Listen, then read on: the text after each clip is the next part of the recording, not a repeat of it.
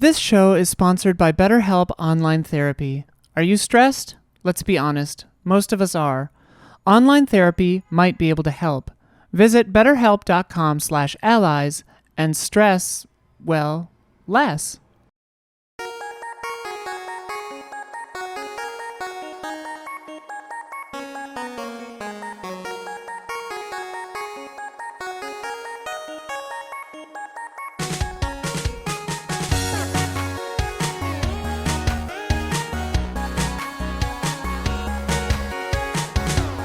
Hello, and welcome to the Easy Allies podcast. I'm your moderator, Daniel Bloodworth, and joining me this week, Michael Damiani. How's it going?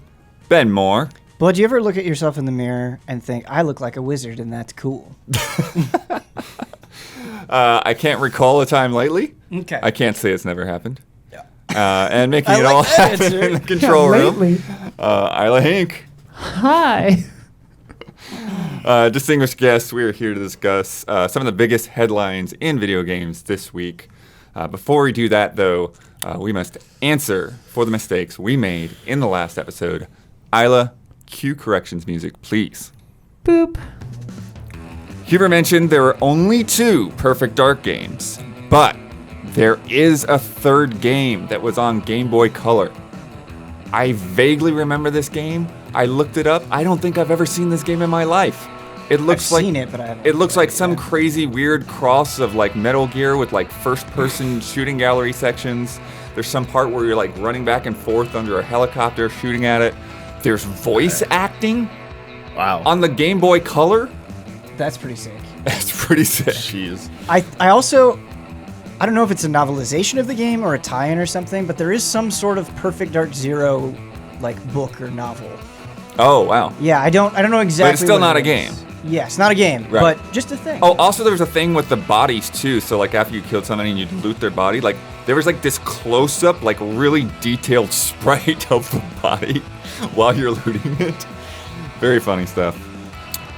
We said that Wii Sports hadn't gotten a standalone version in the US, but it was released as part of the Nintendo Selects line in 2011. 5 years. 5 years earlier, yeah. Later. I did not know that. Yeah. We were talking about traditional packing games as if they were a thing of the past, and we completely forgot that Astro's Playroom just came out on the PS5. Absolute must-play right. if you get that PS5. Did feel like it had been a I feel like while, I've just though. forgotten about Astro's Playroom, sadly. Yeah, I mean, but it's there. It's on every PS5, preloaded. Yeah, absolutely. If you have a correction, please leave it in the YouTube comments on either the public version or the patron version. Start with the word correction. Please leave a timestamp so we can see what you're actually correcting. And Isla, you can end corrections music. Boop.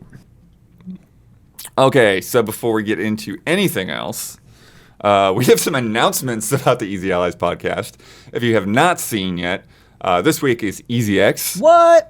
This is the 6th anniversary of Easy Allies, and one of the bittersweet big announcements that was made is that Brandon Jones is retiring from video game coverage and largely leaving Easy Allies. He'll still be doing VO and stuff for us, kind of as a freelancer on the side. But I am now in this hot seat.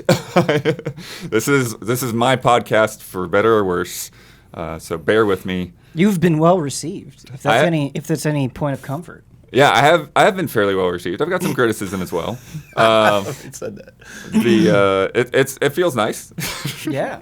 But I feel like I have no clue what I'm doing. Super stressed out every Thursday.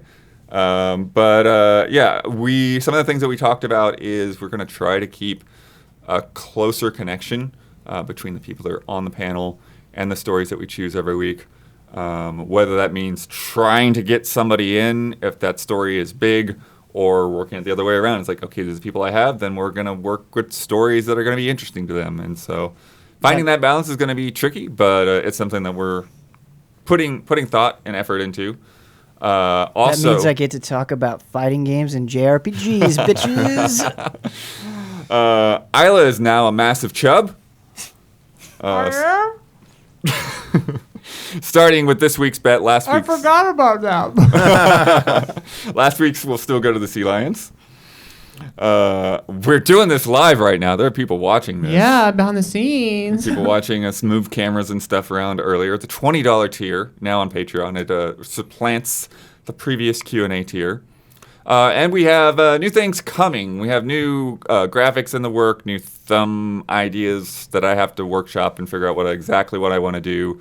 Probably a different take on how we're going to do titles, which is going to be another thing to work out. It's been tricky in the past because any time that we've tried to change anything, it's like people just get lost. They're like, wait, no, this is supposed to be better. Why is it worse? But we're going to make it happen. We're going to try to make catchier headlines and that sort of thing. It's always the interesting thing about feedback, and it's like totally logical how it happens this way, but like the people that are vocal want to see things change, but the people that are like happy with a certain thing, they're obviously not speaking up because they're happy with it. But then you change it, and then you get like the inverse of the reaction where it was like, wait, why did you do this? Why go back to the old way?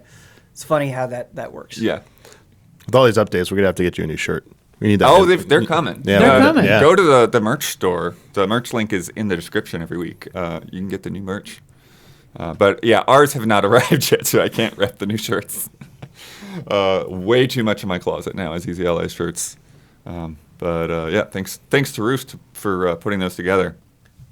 Another thing before we get into the real news headlines, I might monologue here for a minute, so bear with me, panel.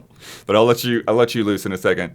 I wanted to make a clarification on Hogwarts Legacy because there are a lot of people last week who noticed that we didn't do a state of play, noticed that we just barely mentioned it on the podcast, and they got upset for a lot of reasons that didn't have anything to do with anything that we said. And so I want to make it clear that we don't have like some like set in stone dogmatic policy like nobody is going to cover Hogwarts Legacy. That is not a position that we have taken at this time. We didn't react to the state of play because of a lot of various reasons. There are people that are uncomfortable with the author's statements and things on Twitter. There are also people that are just not that into Harry Potter, and there are a lot of people that were very, very busy. And so one of the things with reactions is, the number one thing is like, do people want to do this? And I put, that notice out there that this state of play is happening. And, if people wanted to do it, I understand if they didn't want to do it. But if they wanted to do it, it was wide open and nobody signed up to do that.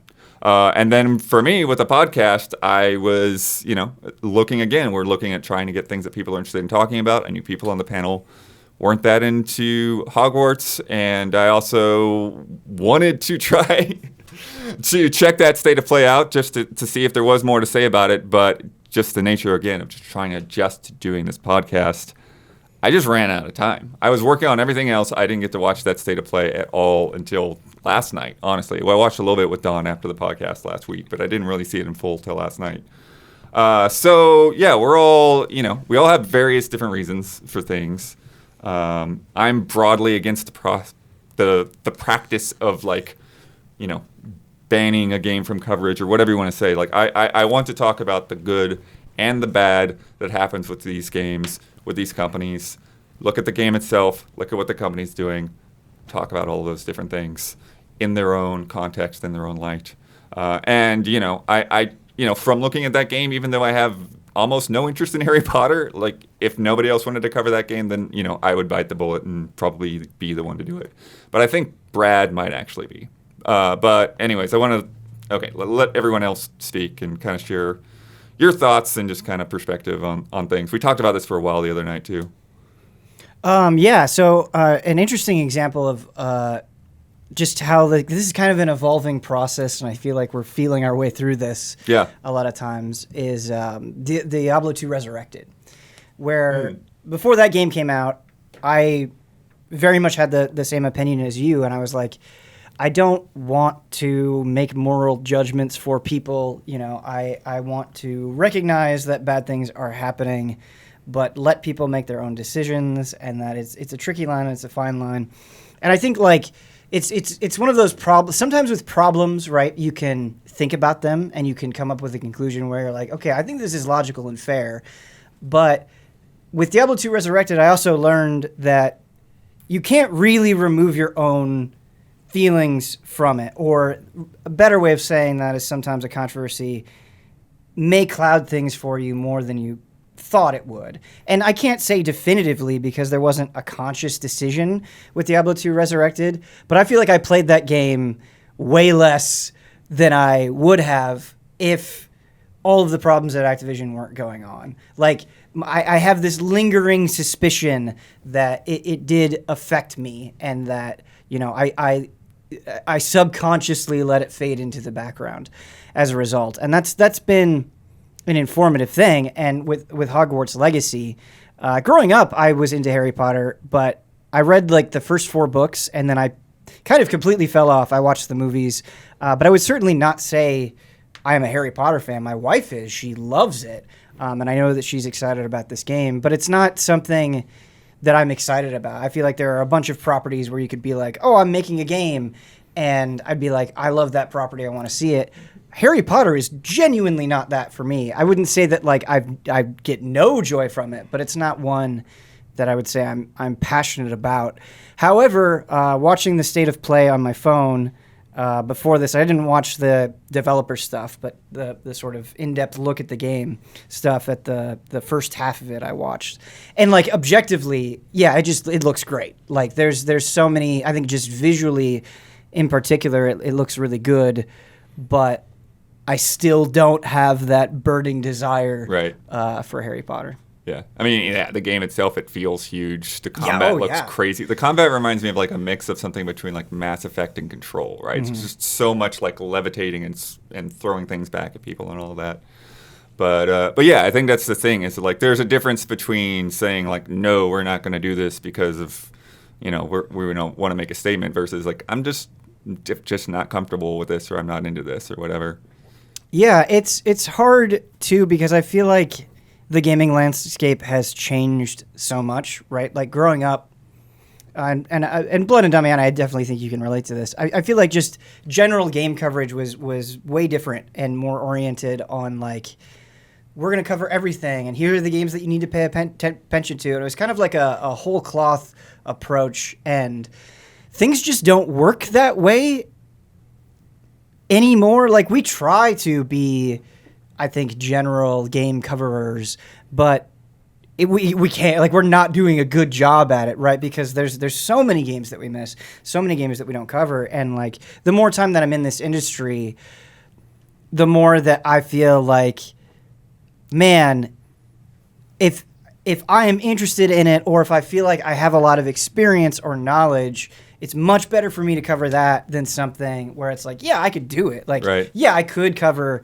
Hogwarts Legacy, and I bet I would do a fine job. But it's like, it's going to be, you know, decent at best. It's not going to be coming from a place of like real knowledge or experience or love. And it's also something that makes me uncomfortable. So it's just like, why would I put my focus into that when there are already things that like I'm chomping at the bit to get back to? Right. Yeah. And I feel like I don't even have time for that stuff. Yeah.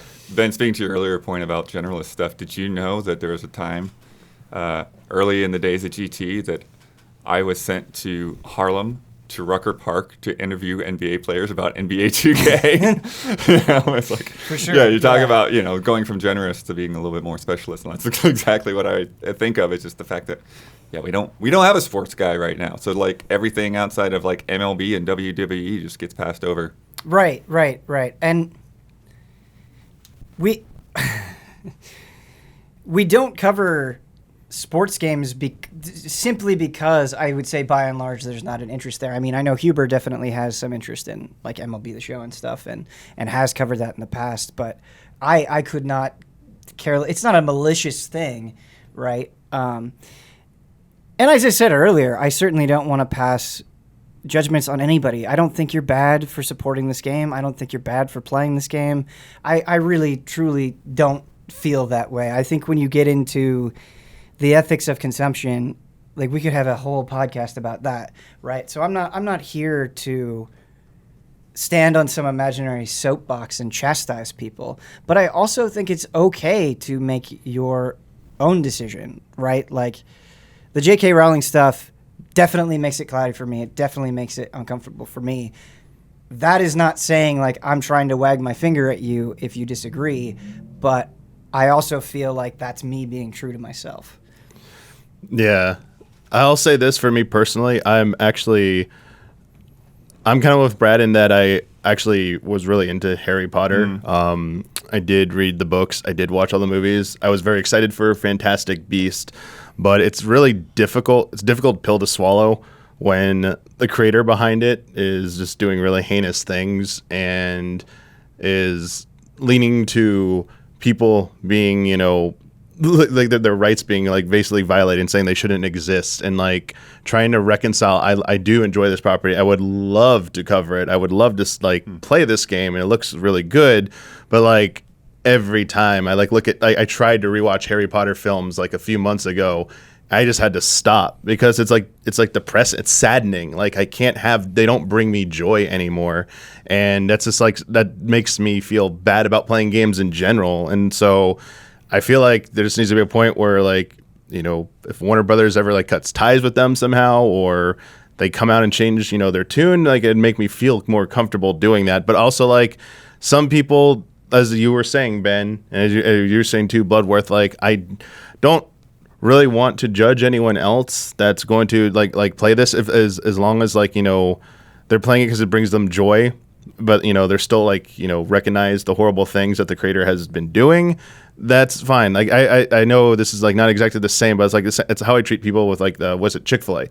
If people want to go and eat at Chick-fil-A, like I don't really care if they really like the food, but like that you understand what you're doing when you eat there as well. It's like, I don't know, but like I wish there was a way for me to enjoy Harry Potter, because I think I didn't know Brad was really into it either, but like I really liked it, and like I think it's helped that the Fantastic Beast movies have sucked, so it's like I don't really need to look forward to them anymore. These are pretty bad, so it kind of makes it go down easier. But the games, like I just remember back at like game trailers, like they had like the Kinect Harry Potter I had to play. They had like the Harry Potter that literally played like Gears of War that was like kind of interesting. The first one, like we kept calling it Gears of Potter and stuff because it was just so weird. And then the first one that let you explore, like exploring Hogwarts and like going into that world, like it's an amazing and fantastical world that is like brings a lot of joy to people, and like it just has to suck so much to like find out like don't like ever like meet your heroes and stuff type thing, because they all like let you down. Like this has to be one of the biggest ones in the books, and like I think it was like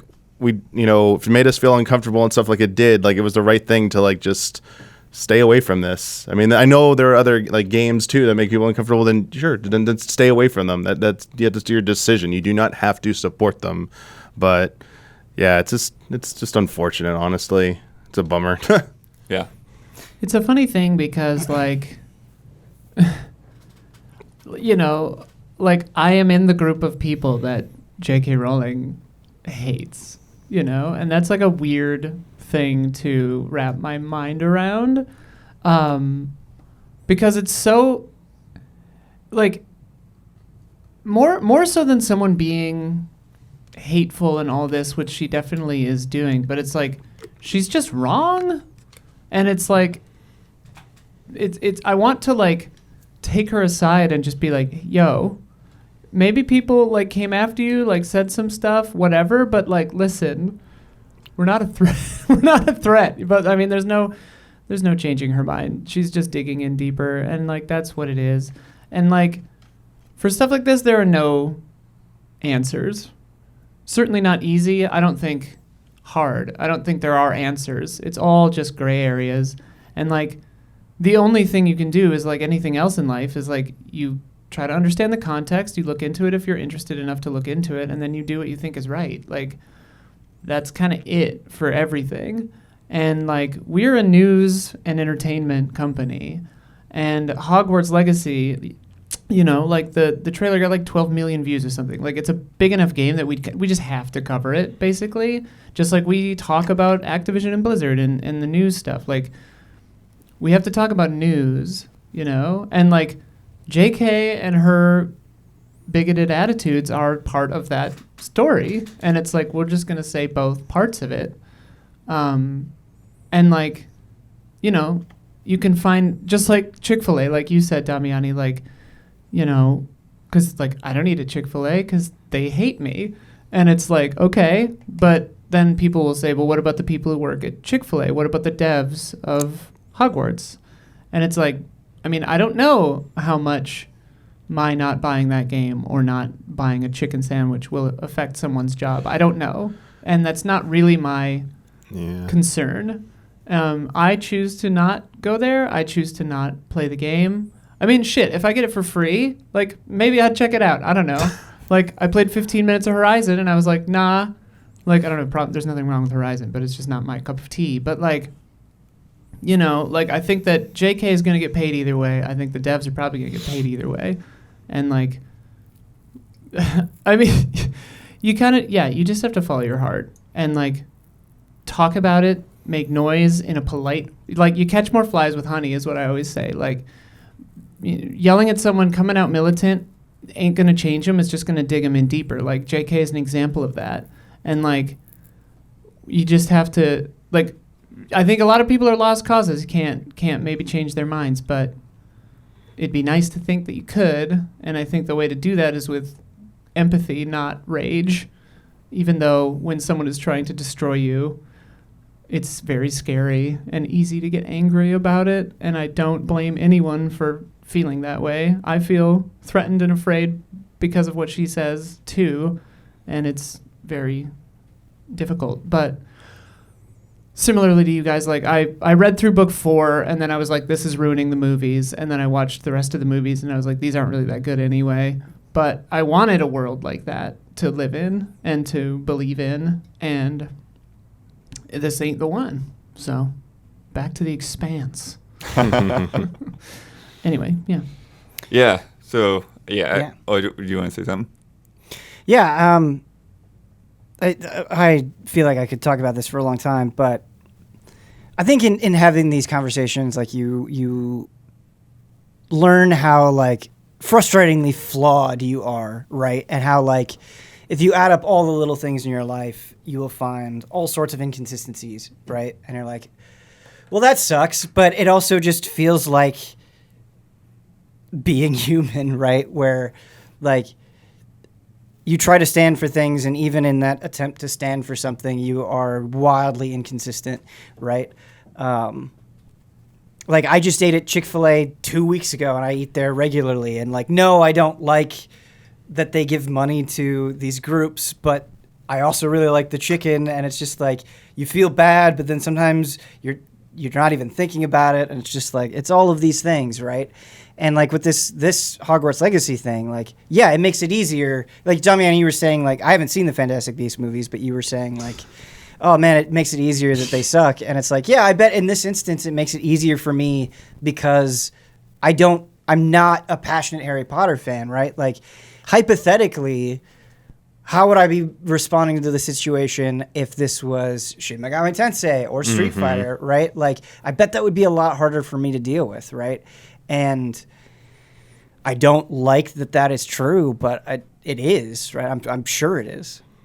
Yeah, and I think there's just, like, there's a level, some of this goes back to kind of, some of it actually ties into something that we're not going to actually talk a whole lot about, but stories going around about some devs and stuff, and this sort of, almost flawed perspective of having, like, an auteur culture where you're like, have one figurehead at the head of the studio. It's like, this is that person's game. It's like, no, it's everybody else's game. And, like, when you put this person on the pedestal and they're not in a place to be on that pedestal to treat everybody well, then it creates all these weird issues and tensions and things like that. But it's like, at the same time, the people that work on these things, the people that are working on Hogwarts, their passion is just, like, coming through every, like, that blog post was almost cheesy, like, how much they love for sure Hogwarts, and it's like, so they don't want to have them coming out and speaking out against these issues to overshadow the world or to overshadow the game, overshadow their co-workers' work. It's like, just like, no, we just want to deal with these issues on their own. And I just think it's like one of those things that, like, some people are, have a harder time doing that and separating the two things, and other people, like, it's very easy. It's like, well, I like this thing. I don't care about any of the people involved with it. I just like this thing, and I'm going to like this thing, and it inspires me to do my own thing as well. So there's, it's, so there's just that sort of, that sense that some people can separate the two things a lot easier than it seems. Because you're talking about comfort, and it's like anything that you spend money on is probably going to go to something bad and to something good at the same time. Yeah, there's a lot of things. And I think Isla mentioned something that I do think is very true, where like just screaming at people, even if the intention is good, is not helping your case in the way that you want it to be. And you have to recognize nuance, and you have to recognize the contradictions inherent in like human existence, for sure. And I also think the other thing, right, is like human nature is you're just going to care about something more if it personally affects you, or if it affects somebody that you care about. Like that's not being selfish. That's just how you work, right? Like if something affects your family, right, that's going to go to priority number one versus something that doesn't. And I'm not saying that like you shouldn't have any concern outside of that bubble, but like that's how human beings work. I think everybody on this planet, at least on some level, exists that way. And so the fact that this does affect Isla, somebody that we deeply care about, right? I think that cloud is going to naturally loom larger. Oh, you guys. I mean, it is funny. You're so right, I think. And like, it's interesting to see companies. What's that line in Fight Club where he's like, his job is doing the like recall thing, and it's like if the cost of all the lawsuits and audits and insurance claims is less than the cost of the recall, they don't do one. And it's funny to see companies run that math, and like the game dev chose to engage in this property with JK there already doing these things, and it's just and like Warner Brothers or whoever continues making the movies, and it's like because the loss of capital doesn't matter, like it's not big enough to impact the bottom line, so they don't care. And like Activision gets bought by Microsoft, and like the bully gets transferred to another school, and it's like hard not to lose hope in the face of capital, but at the same time things are getting better slowly over time. So yeah. I do think that, to me, there's a level of it that's not just about money, though, especially looking at these devs and everything from what they've said. Like, I feel like there's a genuine love for the property there, and it's sort of like, thank you for this, and you can go away now. Right. I feel it's sort of, the attitude that some people definitely have in this kind of situation. I also think it is easy to get tunnel vision on stuff. Again, very human nature, or to like depersonalize or decontextualize situations, right? Because like if you even just dip your toe into the world outside of video games, right? Things are not great. Haven't been great for years. We're still in the midst of a crazy pandemic that completely upended and isolated people for a very long time, right? And so it's like, on some level, I feel this sympathy of where you're like, man, this is messy, but I just love Harry Potter and I just need that right now. How can I like not have empathy for that, right? Where it's like, we all lean on things. We all have points of comfort that we dive into, and how can I ignore that on some level? I mean, back to what I kind of said before is like, there's no answer. Like you just have to, like, that's the meaning of life, right? This is something my dad would say. Like, it was one of the last things that he said to us when he could still talk, He was like, just do as well as you can for as long as you can and try to leave the world a better place, Mm-hmm. And it's like, that's life, man. Like, you got to run the math yourself and, do what you think is right every day, every second. And that's just what it is to be a person. Yeah. I think we'll go ahead and move on. But I do want to say two things. One is that don't go around bullying people. Whichever side of the debate you sit on this, I don't want to force anyone to play the game or to not play the game. If people are not into it, we might not group stream it. The people that are into it might stream it on their own or whatever, we'll work out how to cover it based on who wants to cover it. And the other thing is I do want to give a shout out to GameSpot, who has a very good article up there to where if you actually if you want to get somebody to explain to you all of this situation, if you're like, what is going on? What are we even talking about?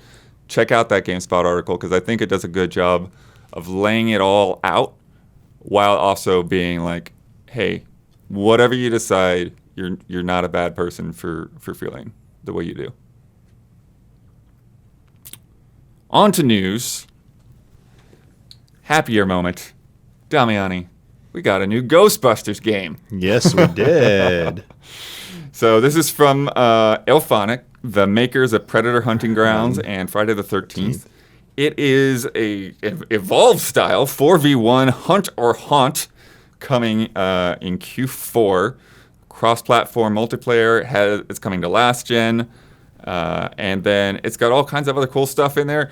Elise and James Williams are writing this game, full disclosure. Crazy. Yeah. Crazy. That's awesome. I didn't even know about that. Yeah. It's wild. Yeah. I believe a couple of kind of funny people are doing a voice, or at least Greg Miller. Miller. Yeah, there's people in there. Oh, man, yeah. I was going to say, Greg Miller's a huge What are we, at Ghostbusters least fans. chopped liver? God. Well, that's more on the Elphonic side, yeah. And it's What are we, Elphonic? Chopped liver? And God. actually, I mean, I didn't get invited to be a voice or anything, but we did try to preview this game before they announced it, where schedules just didn't line up. So regrettably, we didn't have a preview up when they announced it. And the title of it, Ghostbusters Spirits Unleashed. That was it. Yeah. Just get that title out there. I don't think we actually said it. Ghostbusters games have an interesting history. This one, just watching the trailer, it looked really good to me. They're treating it as canon, which is always an interesting and unique proposition because I think the last major Ghostbusters game also attempted to do that, which tried to be kind of like the third film when everyone's wondering when we could get more of the Ghostbusters back together. And this is continuing on from the most recent film. So one, it's nice that they're getting to these older actors because as Ernie Hudson reprising his role as Winston Zeddemore and Dan Aykroyd coming back as Ray, and it's afterwards. So like Winston's trying to train a new generation of Ghostbusters, which has always been kind of like a cool concept I wanted to see come to fruition in this franchise because they're all getting older and like train a younger generation, and this is the concept they're going with. Also, that's like the obvious way to go for a third movie, just franchises of Ghost. Like that's where they're headed. It seems I was like, I want to see this, and the best thing is like Ray. And apparently in one of the articles I read, it's just literally across the street from the firehouse is Ray's occult shop right there. It's just right over there, and he's got a nice little Tobin spirit guide.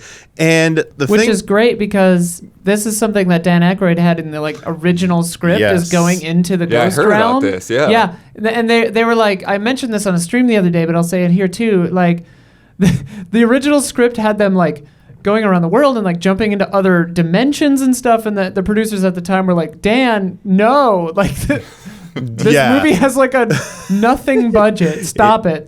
It was wild. I'm glad that the angle they're going for here, not just leveraging Ghostbusters, but the 4v1 kind of asymmetrical multiplayer. They said they did Predators. They did Friday the 13th. Those are a little bit more violent, a little bit more intense. This one they said is meant for all ages, and but it's still kind of got that supernatural, spooky angle to it. But playing, Ghost has always been 4 people together playing, and then being able to play as the ghost is really cool in this because you can possess other objects. And there have been games that have done that sort of well, and there have been games that have done that terribly. And I'm very curious to see how it plays to take over an object. And the objective is not just you don't kill players in this. You stun them, you slime them, and you knock them down, and they're down, and they have to be rescued. Right. And if everyone's down, you lose. But do you think there will be any jokes about possessing a bowl of dog food? Do you think that they are that nerdy to know that reference?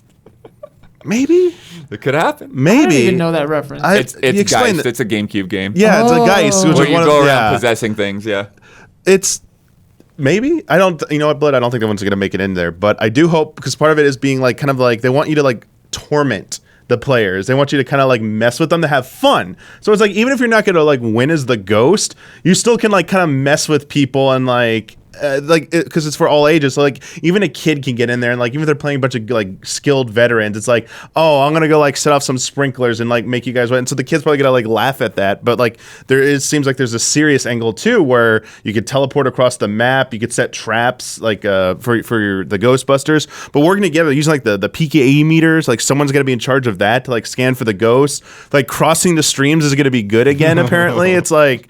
It's saying all the right things and getting like the actors to come together. It just seems like it's gonna be a fun game to play, and it's embracing all the right things about Ghostbusters that people enjoy, and it's a nice theme. So I'm actually was very pleasantly surprised by it. I was very worried when you were telling us this behind the scenes, like, man, this is gonna suck, isn't it? And then you said James and Elise writing. I'm like, okay, it probably has some hope there. And I saw the trailer. I was like, okay, I'm in on this. Yeah, it looks like it could like a quicker, more fun. Phasmophobia is super fun, but like more zany. Yeah. It's like Phasmophobia meets like Prop Night meets like that Shriek. What is it? Where you like scare each? You're trying to scare each. Hide and Shriek. Yeah. It seems like it's taking notes from like 7 other games and being like, let's just do all the good stuff from all of those. It looks fun. I don't know. And you're right about it being quick. They said the Presley Sun Center, they're shooting for like matches being no longer than 10 minutes. Oh, wow. So they want to be really quick. So, they don't get too involved there. The story stuff from Ernie Hudson and Dan Aykroyd was really exciting to me because I'm a huge Ghostbusters fan and like, yeah, I hope they don't screw it up. Just using the lines like, we got the tools, but you got the talent. But do you have the talent? I was like, yes. Good way to put a spin. I was like, good job. That was probably a James and Elise line for sure. Even in the trailer, there are a bunch of little like nods and references. They really know what they're talking about, it seems like. I mean, I know Elise is a huge Ghostbusters fan too, and James, so yeah. Ben, you're obsessed with Dead by Daylight. I am. Yeah. This entire conversation, or almost this entire conversation, I feel like I've been thinking about Dead by Daylight. Yeah. So yeah, what do you think? Do you think like a more kid-friendly Dead by Daylight is a good way to go for Ghostbusters? Well, first I should say I have not consumed any content about this game, so learning about it from you guys is kind of my first introduction to it, and so take what I say with a grain of salt. But boy, I feel like this space has gotten just so competitive. Like I know VHS is coming out. I believe it's called Prop Night. It was also just in beta, I believe, and so a lot of things are competing with Dead by Daylight. There's that Dragon Ball game that's coming out. Oh gosh. So there's all of these things going on. But as somebody who is obsessed with Dead by Daylight, despite Dead by Daylight having so many faults and sometimes feeling like a half-working game, it is just so well established, right? Like like as somebody who loves that game and is playing it all the time, more than I should be playing it. It just like there's so many characters to choose from on the killer side. There's so many different there's so much variety. Like I just feel like its experience has this leg up. Like I'm going out on a limb here and saying like I feel like Destiny has a leg up on like other games that maybe try to get in that space just because it has so much content. It has so many like established player bases. It has like I even think like resources on YouTube or Twitch are important for these kinds of games, right? And I think that is why part of the reason why Dead by Daylight has prospered is like Dead by Daylight has a super vibrant community. And I'm not talking like I don't think people outside of the community are actually aware of how big Dead by Daylight is. No, it's not League of Legends or Fortnite big, but it's like a step below that. And there are tons of well-established content creators that really help people get into the game. And I'm not saying that like competition is bad or that these other people shouldn't go into this space. I totally think they should. It's just a fact that I think starting from ground zero puts you at a natural disadvantage. I find myself wondering how much the theming matters in something like that. Like let's say you took 3 Dead by Daylight clones that are all like just as good, just as mechanically great, and like one of them is Dead by Daylight, and then like one of them's fantasy themed, and one of them is sci-fi themed or whatever, and then one's Ghostbusters themed, and like which one does better? And then also on top of that, if this is a hit with the kids, you get the Five Nights at Freddy's age group or something, or like Right. that is a huge market share. So I wonder, like, if this is solid, it could do pretty well if it gets in on the right crowd. Yeah, Isla, you just made me think of something, and this might be a hot take, because I definitely think Dead by Daylight, right? Like, I don't think Hellraiser is hot with the kids. I don't think necessarily Leatherface is hot with the kids. Yeah, that's squarely in our age range. Right. But I think the thing about it is, like, yeah, that's a huge reason why I played Dead by Daylight. Well, yes, Yeah. I say that it's like it's targeting a much older demographic, but I think horror fans that are into Halloween and Texas Chainsaw Massacre and so on and so forth, and I very much include myself in that category. Like, yes, it may be older, but that audience is fucking loyal. Yeah. I mean, it is amazing. Texas Chainsaw Massacre came out in 1974, and it's still enduring. Like, I think the people that love those classic horror franchises, like, it's not a fad. It's not something that's gonna be over, in the next 5 years. Like, it will continue to persist. Yeah, I think that's the thing with Dead by Daylight is it's gone from having like, oh, here's a cool guest character to why aren't you in Dead by Daylight yet? Yeah. Right. Yeah. And like at this point, it feels like they've kind of almost gotten everyone. Like, bro, they got fucking Pyramid Head. They got Silent Hill. So good. In a time where Silent Hill is dead, right? Like, which sucks, but it's the truth, right? And outside of Jason from Friday the 13th, they definitely do have many of the major players. Yeah.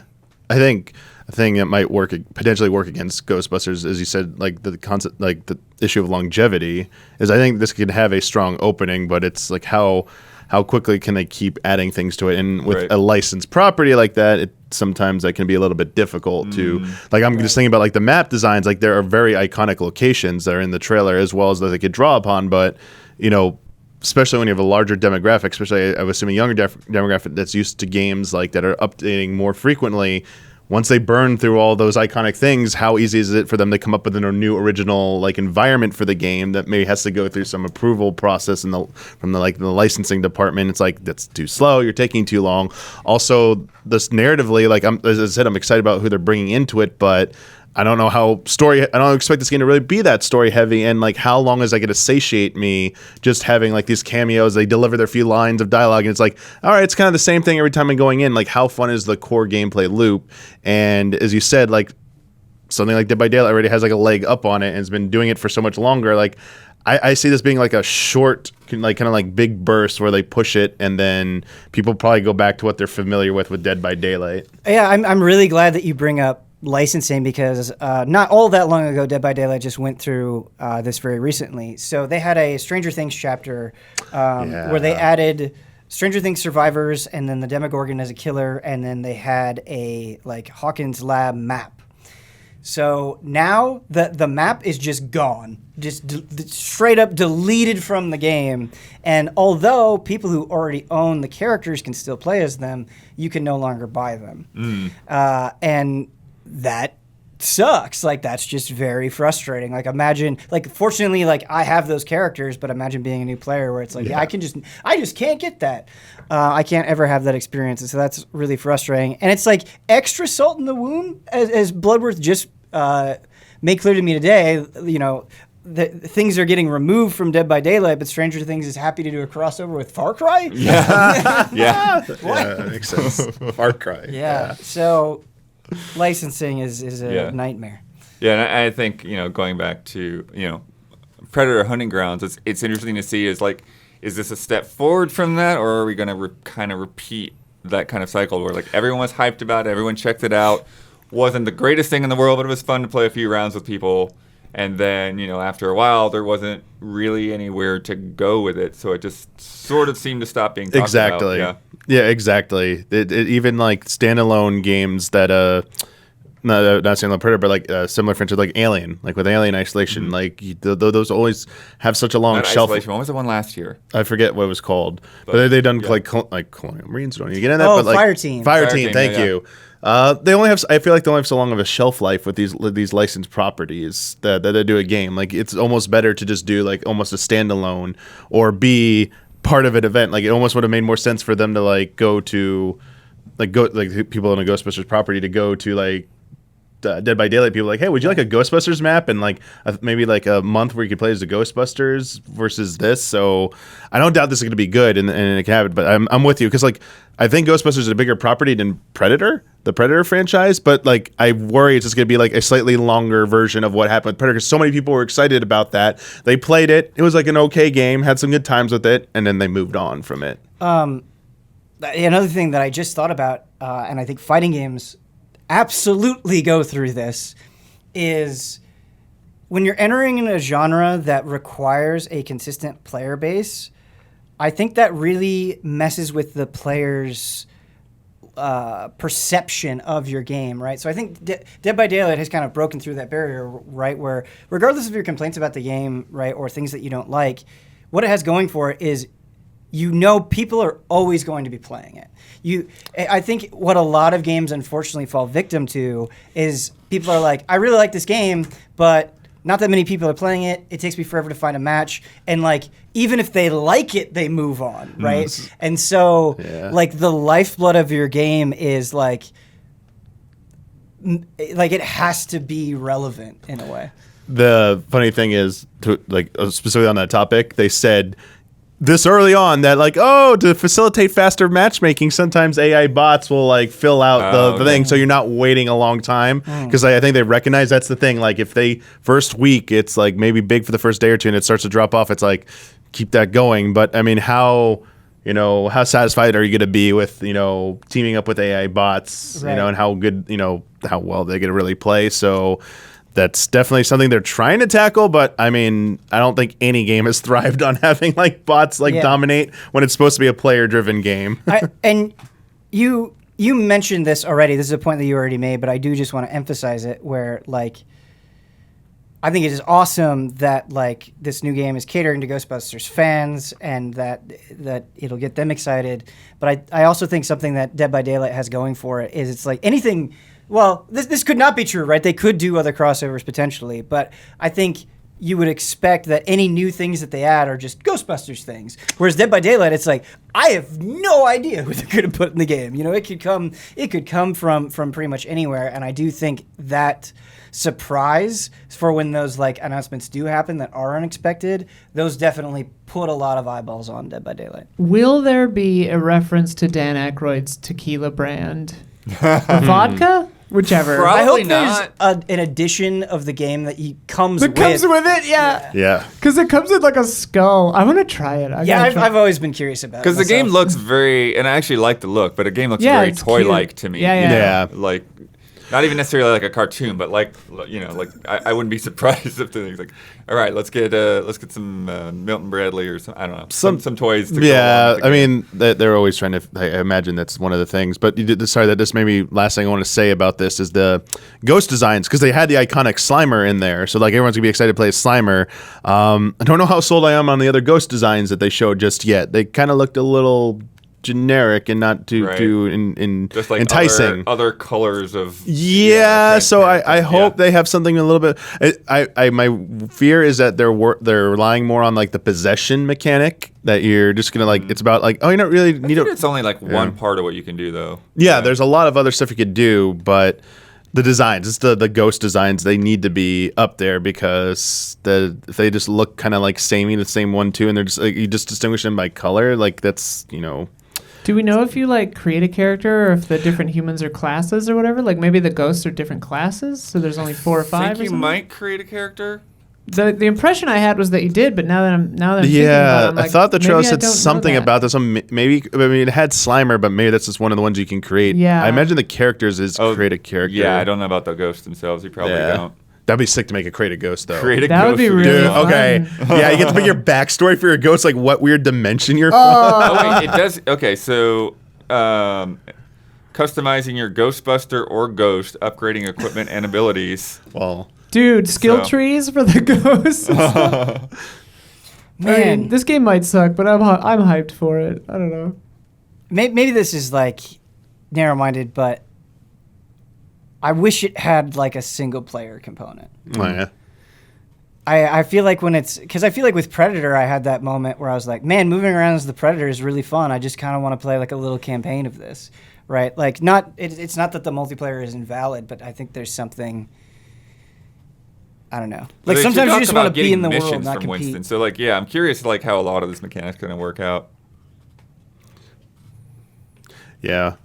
I mean, I was kind of like implying that too with like this, like, I'm not going to get a lot of story in this, but but yeah, I mean, who knows? Like maybe they have some creative ideas they're going to do with that. Still like I'm excited, very optimistic about it. I even though I think it's only going to be like a shorter lifespan, but I'd love to be proven wrong, and we'll see how it is when we can try it out. For sure. Did they give a date? I forget. Or do we have a window? It is later this year, just in Q4.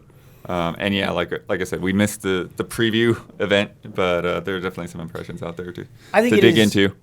It is vital to keep an open mind about this stuff, and like history has just proven this time and time again. Because like I played Fall Guys at E3, I thought it was really cool. In no way was I like, this is going to be a phenomenon, And so, what catches fire and what doesn't, I don't know. Stay open minded. But something you were interested in talking about. Yes. Nintendo is shutting down Dragalia Lost. Yes, I was interested in this. Yeah, so this is the third mobile game of theirs to get shut down. It was a new IP that was launched in 2018, developed by Saga Games. I didn't realize it had been that long. So to me, like 4 years is actually a pretty good run for this game. The main campaign is going to end in July, and then they said the service will end at a later date, but they didn't really specify when. The other two games that had previously been shut down was Miitomo, which went from 2016 to 2018, and Dr. Mario World, which went from 2019 to 2021. So it's actually doubled the length of those two. Mm-hmm. But yeah, Ben, what are you thinking? Yeah, so I'm so glad, because I don't think other people are as interested in this topic as I am, but I am really interested in this topic because I dabble quite a bit in mobile games. I would not say like I'm an enthusiast or super hardcore about it, but it's definitely something I check out pretty often. And I really liked Dragalia Lost. I did. I thought it was super fun to play. I thought visually it looked incredible. It definitely had its hooks in me for a little bit. But I am not playing it, have not played it in a very long time, will probably never play it again. And it's because the mobile landscape is such a vicious beast. It really, really is. And the more I get into this arena, the more aware I am of that. Where I think you can have a really good game like Dragalia Lost, and I think in a lot of ways, Dragalia Lost kind of like met the threshold that mobile games need to, where like it was doing crossovers, it had addictive elements, it had repeatable things, it had a whole campaign, it was like doing all of this stuff, and when your marketplace, when the threshold is free and everything is competing for your attention, you can't just be like good. You have to be exceptional. And so, like even more so than the $60, $70 video game space, I think you have to be like such a incredible product that you cannot be ignored, and people are willing to put aside other free things that that are very low risk or low investment to get into them. And I think a good example of that is Genshin Impact, right, where it just was so impressive in a lot of ways. And I feel like Genshin Impact like also has not let up, right? I'm not currently a Genshin Impact player, so keep that in mind when I say this, but like on Twitch, there's like ads. Like I feel like I'm always aware of it. Right? And like I think it was very easy to forget that Dragalia Lost even existed, right? It wasn't attached to this big IP. I know they did crossovers. I know they tried to keep things up to date, but I feel like you just have to be so aggressive, and you have to constantly remind people. And I just don't feel like it was doing that in an effective way. Well, it's hard to me too to think about, okay, like what as Nintendo in particular, like what could they have been doing? Like you'd have to be very targeted, I think, because if they kept bringing up like, oh, Dragalia Lost is getting this new campaign or whatever in a Nintendo Direct, I think most people would just be like, all right, well, I'm gonna use this is my spot for a bathroom break, like, right? It's very tricky to me because I never got into it, but it's weird because like, well, I haven't really gotten into any mobile games, so I don't know. Yeah, I'm not really sure what they could have done to extend the longevity. I guess I haven't been following it too closely, but in the first, early goings, it was one of their better performers. Like I think only like Fire Emblem Heroes was outperforming it, and it took a little while for Fire Emblem Heroes to overtake it. So if they're winding down this one, it now makes me wonder like what is like their Nintendo's strategy with mobile now? If they're pulling back on this, I mean, it'll be really telling if they ever pull back on Fire Emblem Heroes. Right. I mean, that also feels like I know it's still active and people are still playing it, but it also feels like it's kind of starting to fall out a little bit as well. And those are probably their two strongest efforts because Pokemon Go is not theirs. That's Niantic's, and then like that also as big as it ever was, it's still big, but it's also been like in decline for a lot of different reasons. Though a lot of like mistakes made probably by the developers on that one, pulling features that people wanted to stay in it. But yeah, as you said, like a lot of their mobile efforts have just really like not really excited people, and it doesn't seem like they've really had any real strength in dominating that market because it's just a whole different beast for them, and it's, as you said, it's so saturated already, and you like there's the margin of error for like being excellent is so small. It almost feels like luck sometimes if you become like the next big thing on like a mobile game. And like what's the most recent one? The Pikmin one they just launched. Like tried it for like a few hours. Boy, I love Pikmin. I love Pikmin. I stopped playing it. And I'm like, I want to be surprised next year if there's like a press release. Oh, we're shutting that down too. Like it's just, and I mean, Animal Crossing. It's like same thing. It's like I think Animal Crossing's got a boost with. Yeah. Pocket's still going, I think. I think Mario Kart Tour is doing pretty well. Mario Kart Tour is the one I would say because like that one they push out so many updates for, and it is Mario Kart's one of the biggest brands. I think they got it really right with that. But also like attaching them to like another like core game, like attaching it to like the biggest release of in history of Nintendo with Animal Crossing New Horizons. Like, of course they're going to keep supporting that game. So maybe that's what they're going for. And this really didn't have any. Dragalia Lost had like no real connection to anything else. It was like, hey, thank you, Saga Games, for doing this. It was pretty successful, but it's just its time. Damiani, you're touching on so many important things, and I think you elaborated on something that I was trying to say where, like, Pokemon Go is a good example. I go into this cycle with Pokemon Go where I will get in a Pokemon kick and I'm like, man, I love Pokemon. I should download Pokemon Go again. And I'll have fun for like a week. I'll be like, man, this game is really cool for what it is. And they've added so much stuff. And then I'll hit a point where I'm like, yeah, I don't really like this game. And like this has happened. Yeah. I don't even know how many times where like I don't know how I self-delude myself into the cycle repeatedly, and it's just because it's Pokemon, right? And I think that name is just has such a power that I'm able to go through this cycle again and again and again. And like for Dragalia Lost, I think is one of those things where it's like on a technical level, it's like, yeah, it looks really pretty. I really think it has good art. At the end of the day, it is just pretty generic fantasy from an unestablished brand, right? Which is already like hyper saturated, right? So that isn't helping it. Exactly. And yeah, I feel like with mobile games that it is so hyper competitive that like if you are not constantly on the ball or you like have a bad month, like that fucks you way harder than I think other markets would get hindered by that. I saw some analysis that was saying that part of it is like Nintendo is backing away a bit from mobile because for one they're not comfortable with the microtransaction monetization strategy when it comes to kids. And it feels like they're kind of like what we're saying with these other games. Like they're leaning into, we're not really worried about making money on mobile, but we'll use mobile games as sort of like an advertisement for our other games. That's what I was gonna say. Like you get into Mario Kart Tour. Oh, why don't you get Mario Kart 8 on Switch? Kind of thing. Yeah. Them being uncomfortable with microtransactions is a hard pill to swallow. Sure. Like, boy, that's pretty late in the game. And there are not only plenty of mobile examples to back that up, but there are plenty of examples, I feel like, on Switch that they allow on their platform. So, like... I mean, that's so much whether they allow or not, but like whether that's something like they want to actually like develop those kinds of games. I don't know, it's that reliant. So here's an optional versus a push. It's a good way to work this in. Yeah. So this past weekend, when I went to Disney, I spent a lot of time with my nephews and got to see the mobile gaming habits that they have, and building a game around microtransactions, like how far it can go and like what they're aiming at, like younger audiences. First of all, it's like the games, it's like auto runners of some types. It's going like towards the screen or going sideways, whatever it is. It's all swipe controls, like the all like really simple controls. So that's probably why Mario Kart Tour had all those like auto drive options originally, because they kind of knew about that. But in terms of the practice, whenever they like lose a life, it's like use the in-game currency, but you only can get so much, or else you got to like put mom and dad's credit card in there to buy more. Also, there's another option on there. This made me my jaw drop.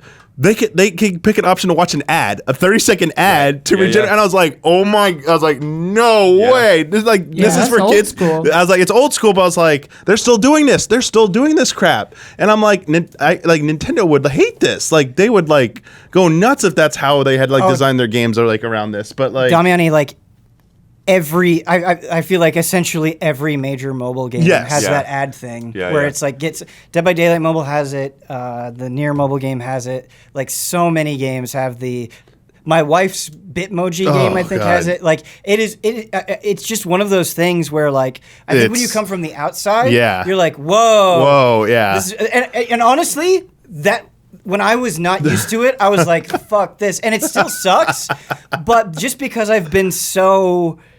Beaten over the head with it. It's just like whatever at this point. Like it is amazing what you get used to. I just don't think those were in any of the Nintendo mobile games I played, and like that's some of those. Remember the controversy when they just like charged you an upfront cost for Mario Run? Oh yeah, that was like that was like a big misstep out of the gate for them with that. But ironically enough, like that was one of the games my like nephew was still playing. But yeah, he had Mario Kart Tour on there, and I was watching him play, and then I watched him play Mario Kart on Switch as well, and.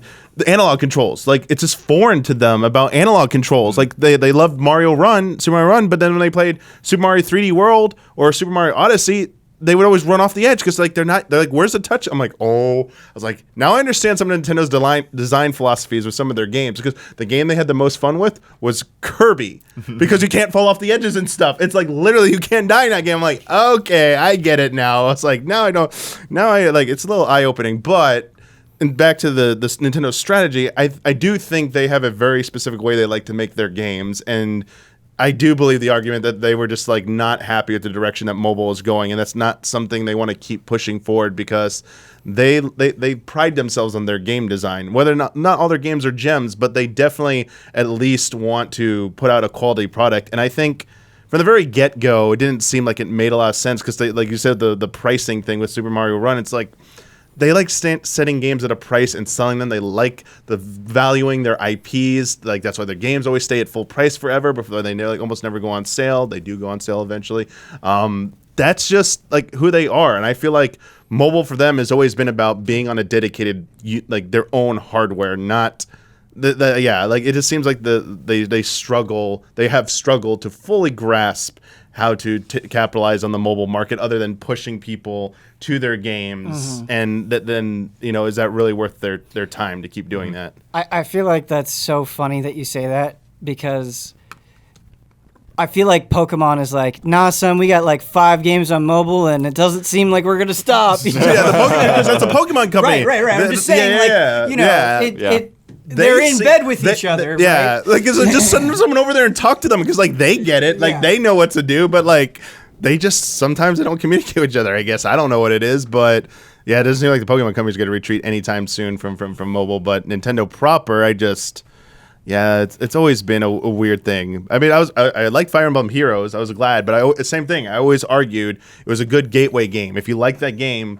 they should point you to try out the newer games, especially when Fire Emblem Three Houses came out. Like there should be something in that game that says, "Go try out Fire Emblem Three Houses." Like if you want like a more developed, fleshed out experience, this is where you can go and pay Nintendo $60 for it. I want there to be warnings on game boxes now where it's like, warning, you can fall off the edge in this game. Yes, I want dude, yeah, like that would be so amazing. Like, and I want an accolade too on Kirby. Like, best game you cannot fall off on. Well, and it for sure does not work the other way, because like I've tried jumping into Fire Emblem Heroes like 3 separate times because I love Three Houses, and every time I'm just like, oh no, not doing that. Isla, I bet you would sing a tune if you could see how sick some of those outfits are. I mean, maybe it just takes too long to get to them. Look up. Oh God. Look up. You got some time. Look up some Fire Emblem Heroes outfits. All right, hang on. She does not. Yeah, not that. I'm doing a lot right now. Not that bit, but this makes me like want to like rip my hair out. That they'll do stuff like that for Heroes and like Mario Kart Tour specifically, the constant stream of updates. But then Mario Kart 8, we finally like get like the DLC pack. Like how long later? It's like all people wanted were like, give me new ones. Yeah, it's like, and we still got cosmetics, new cosmetic outfits. And it's like you only get those Mario Kart Tour. It's like everyone's like, please Nintendo, just do this. And like, nah, you got to play your mobile game. It's like their decision making sometimes. Like trying to understand their mind is just a lesson in futility. Yo, I'm downloading Heroes again. Oh no! What did I tell you? Oh no! What did I tell you? Oh. I might download Heroes again. Fuck it. Let's do it, man. I put a lot of time into Heroes. Speaking of microtransactions, now a word from our sponsors. If saving more and spending less is one of your top goals for 2022, why are you still paying insane amounts of money every month for wireless? Switching to Mint Mobile is the easiest way to save this year. As the first company to sell premium wireless service online only, Mint Mobile lets you maximize your savings with plans starting at just $15 a month. That sounds very enticing. I think I pay like $150 a month. I think I'm paying for my phone as part of that, but still, it's a lot. For people looking for extra savings this year, Mint Mobile offers premium wireless for just $15 a month. By going online only and eliminating the traditional costs of retail, Mint Mobile passes significant savings on to you. All plans come with unlimited talk and text and high-speed data delivered on the nation's largest 5G network. Use your own phone with any Mint Mobile plan and keep your same phone number along with all your existing contacts. How does that work? Is that hard? If that's real, that sounds fun. With Mint Mobile, choose the amount of monthly data that's right for you and stop paying for data that you never use. I use a lot of data. I wonder how much I could save, because I think I burn through like gigs a month. Switch to Mint Mobile and get premium wireless service starting at just $15 a month. To get your new wireless plan for just $15 a month and get the plan shipped to your door for free, go to mintmobile.com/allies. That's Mint Mobile, M-I-N-T, Mary Intelligent Nancy Tomatoes, mintmobile.com/allies. Those are the official military alphanumerics, by the way. Cut your wireless bill to $15 a month at mintmobile.com/allies. For most of us, learning a second language in high school or college wasn't exactly a high point of our academic careers. In my high school, we had Spanish or German. That was it. Those are the choices. And because my last name is German and like my family, you know, in the 1800s or whatever, came over from Germany, I was like, okay, I'll learn German. Because then if I ever like try to find like ancestors or something, I could talk to them. I probably should have learned Spanish because I live in Los Angeles and it would come way more in handy. Going to Cologne for Gamescom, I guess German was helpful because I could say, ich bin allergisch gegen Milchprodukte, so I wouldn't get sick eating things, but whatever. Now, thanks to Babbel, the language learning app that's sold more than 10 million subscriptions, there's an addictively fun and easy way to learn a new language. Whether you'll be traveling abroad, connecting in a deeper way with family, or you just have some free time, Babbel teaches bite-sized language lessons that you'll actually use in the real world. I've been trying to learn Norwegian because my girlfriend is from Norway, and I have a habit of trying to learn the languages of where my girlfriends are from. I remember a little bit of Chinese, but not much. Wo ai ni, I remember that. That's I love you. Anyway, jeg elsker deg. That's I love you in Norwegian. I like trying to learn languages, but Babbel makes it easier. Babbel's 15-minute lessons make it the perfect way to learn a new language on the go. Other language learning apps use AI for their lesson plans, but Babbel lessons were created by over 100 language experts. Their teaching method has been scientifically proven to be effective. With Babbel, you can choose from 14 different languages, including Spanish, French, Italian, and German. Plus, Babbel's speech recognition technology helps you to improve your pronunciation and accent. That's true. They don't mess around with this stuff. You have to get it right. Like, I've used Duolingo as well, and I feel like sometimes it's just like if you make any noise close to that, it works. This one, it really is listening. There are so many ways to learn with Babbel. In addition to lessons, you can access podcasts, games, videos, stories, and even live classes. Plus, it comes with a 20-day money-back guarantee. Start your new language learning journey today with Babbel. Right now, when you purchase a 3-month Babbel subscription, you'll get an additional 3 months for free. That's 6 months, if my math and what I'm reading and the thing that they wrote for me to say is correct. 6 months for the price of 3.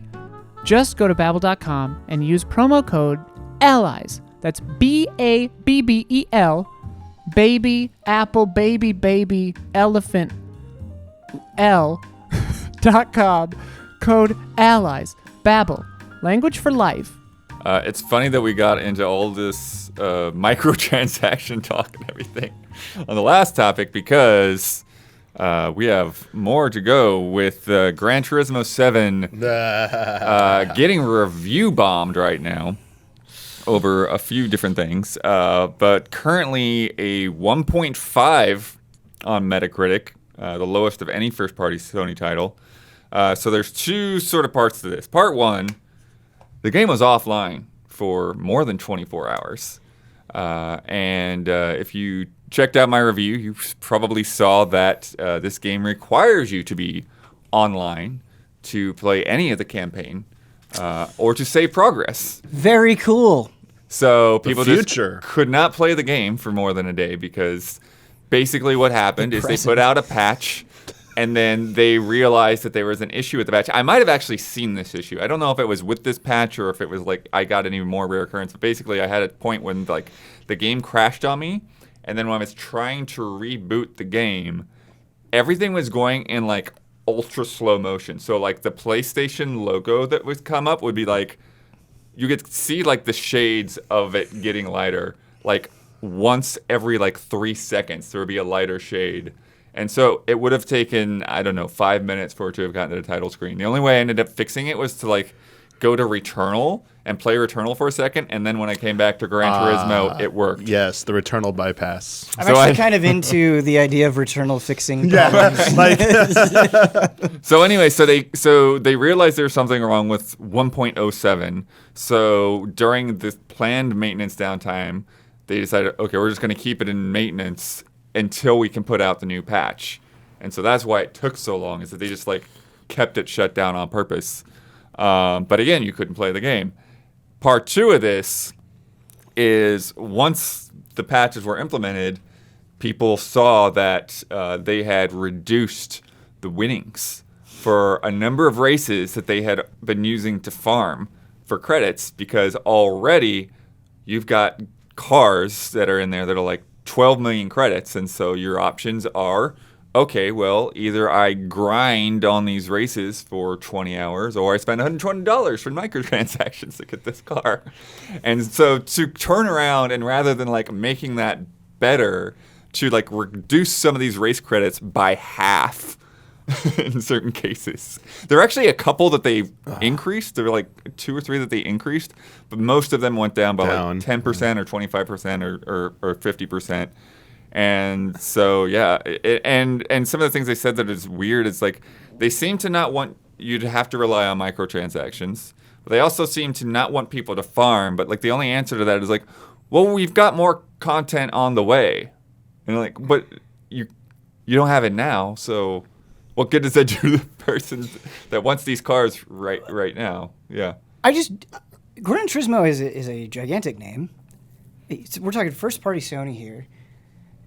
How could they be like, yes, people will clearly be satisfied with this. This will make people happy. Like I don't get how these decisions. Or worse, they just didn't think about this happening. Like they were like whatever you said, like the maintenance thing. Like maybe like they're trying to do two things at once, and no one was there. Just like said like, hey, stop. Yes, you got to fix this. But do you realize after you do this really long maintenance where no one can play the campaign, you're also going to hit them with this double whammy? Like, you know, that happens sometimes, I think. Maybe not in this situation, but geez, like, yeah, sometimes you just have to, like, stop and, like, double check things and, like, or just show somebody else it. Like, you know, when we were talking about, like, Pokemon and Nintendo Mobile, like, someone talk to each other there and just, like, maybe you could have avoided this. But at the same time, man, like, I was about to say GTA, Gran Turismo having these kinds of troubles just, you know, doesn't seem like something you expect for such like a big flagship title from Sony, especially like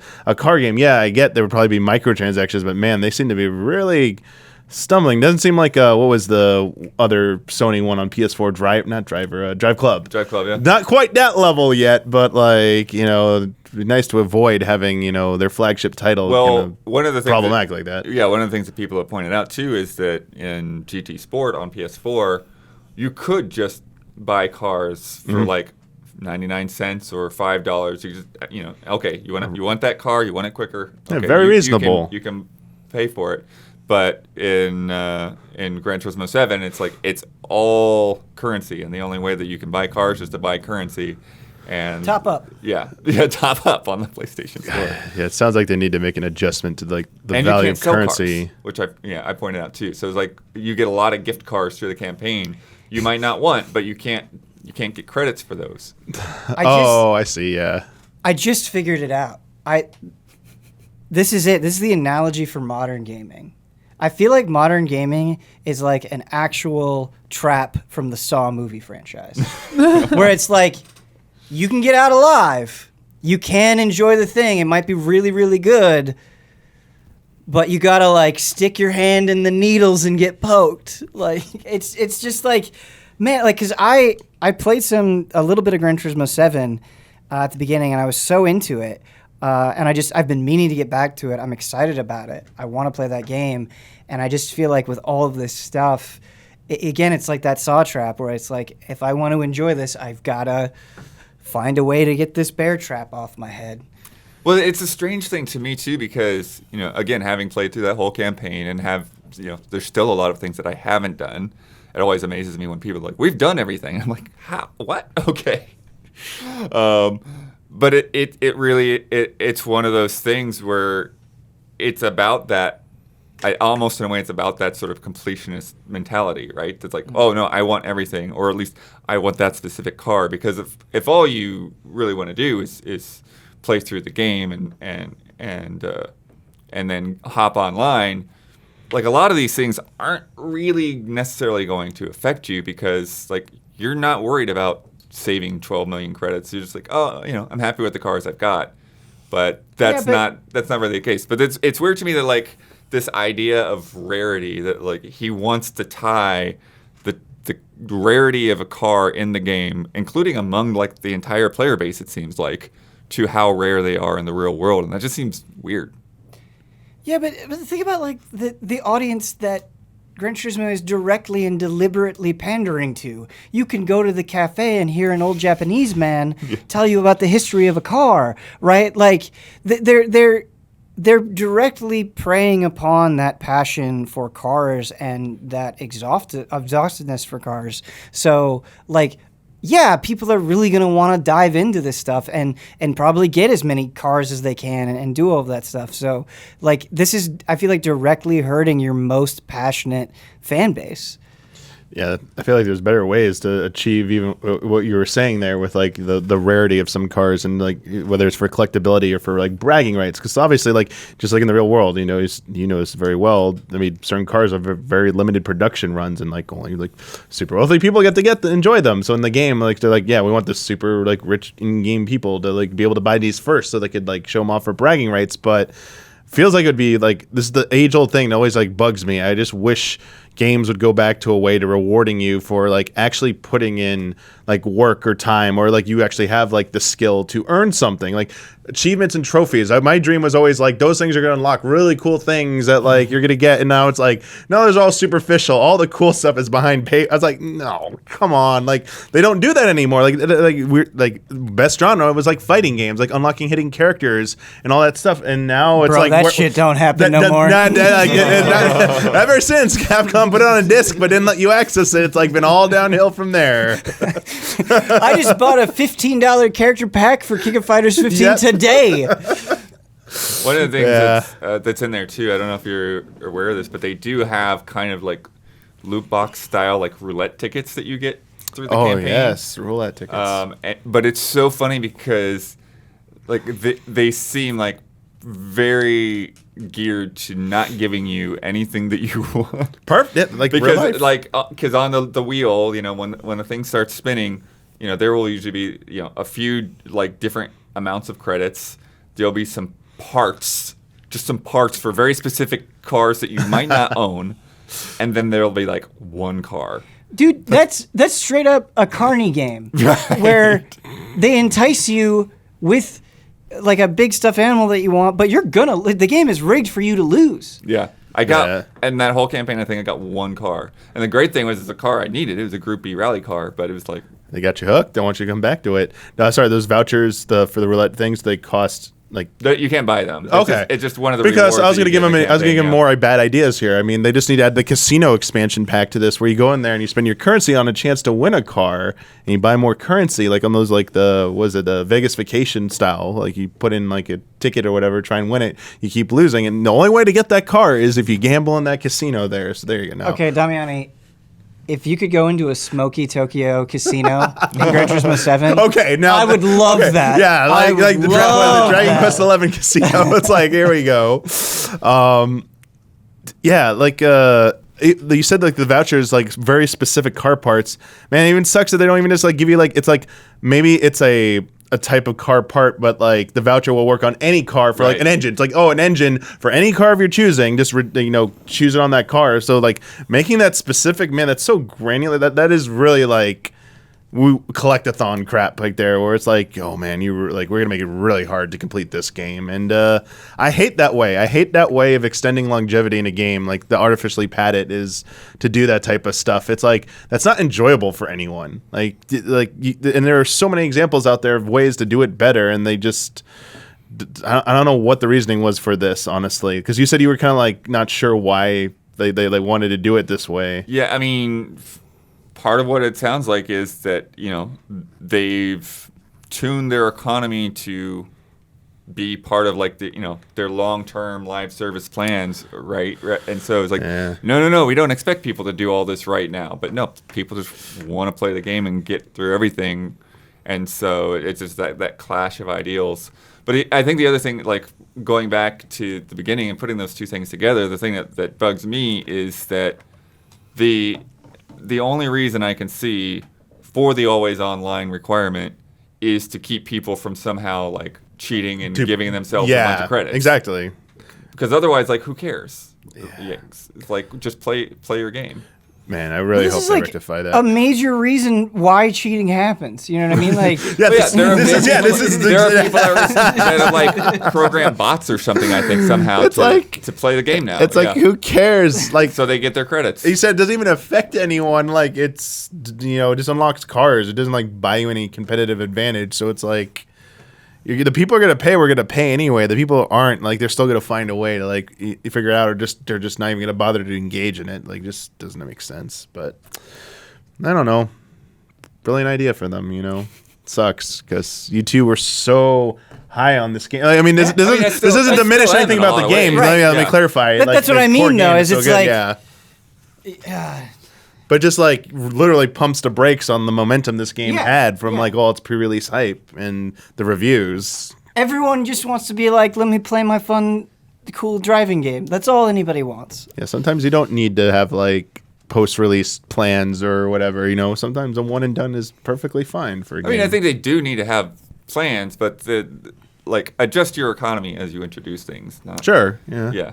Yeah. Not just leave people stuck again, like grinding the same races like 15 times to get the one car that they want. I do wonder. I'd be curious to see if, like, I wonder if because this is coming from such a beloved first-party title, like, it's definitely getting blowback and it's definitely getting talked about. But I wonder if this was coming from, like, EA or Ubisoft, if the blowback would be even more severe. You know, just because I think they are understandably, like, more common punching bags. Sure. And we'll leave it here to look to the future, as Kazunori Yamauchi said in his blog post, addressing all these things.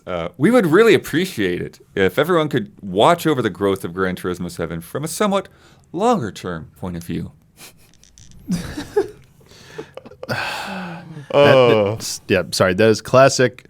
Developers are not getting the feedback. Like, I mean, they're getting it, but they don't understand the feedback they're getting. Yeah. Like they're stuck and they want you to play a certain way where the community is clearly saying, just do this and we'll support your game. No, we have a vision. It's like, just no. If you want to do a game as a service or have updates, sorry.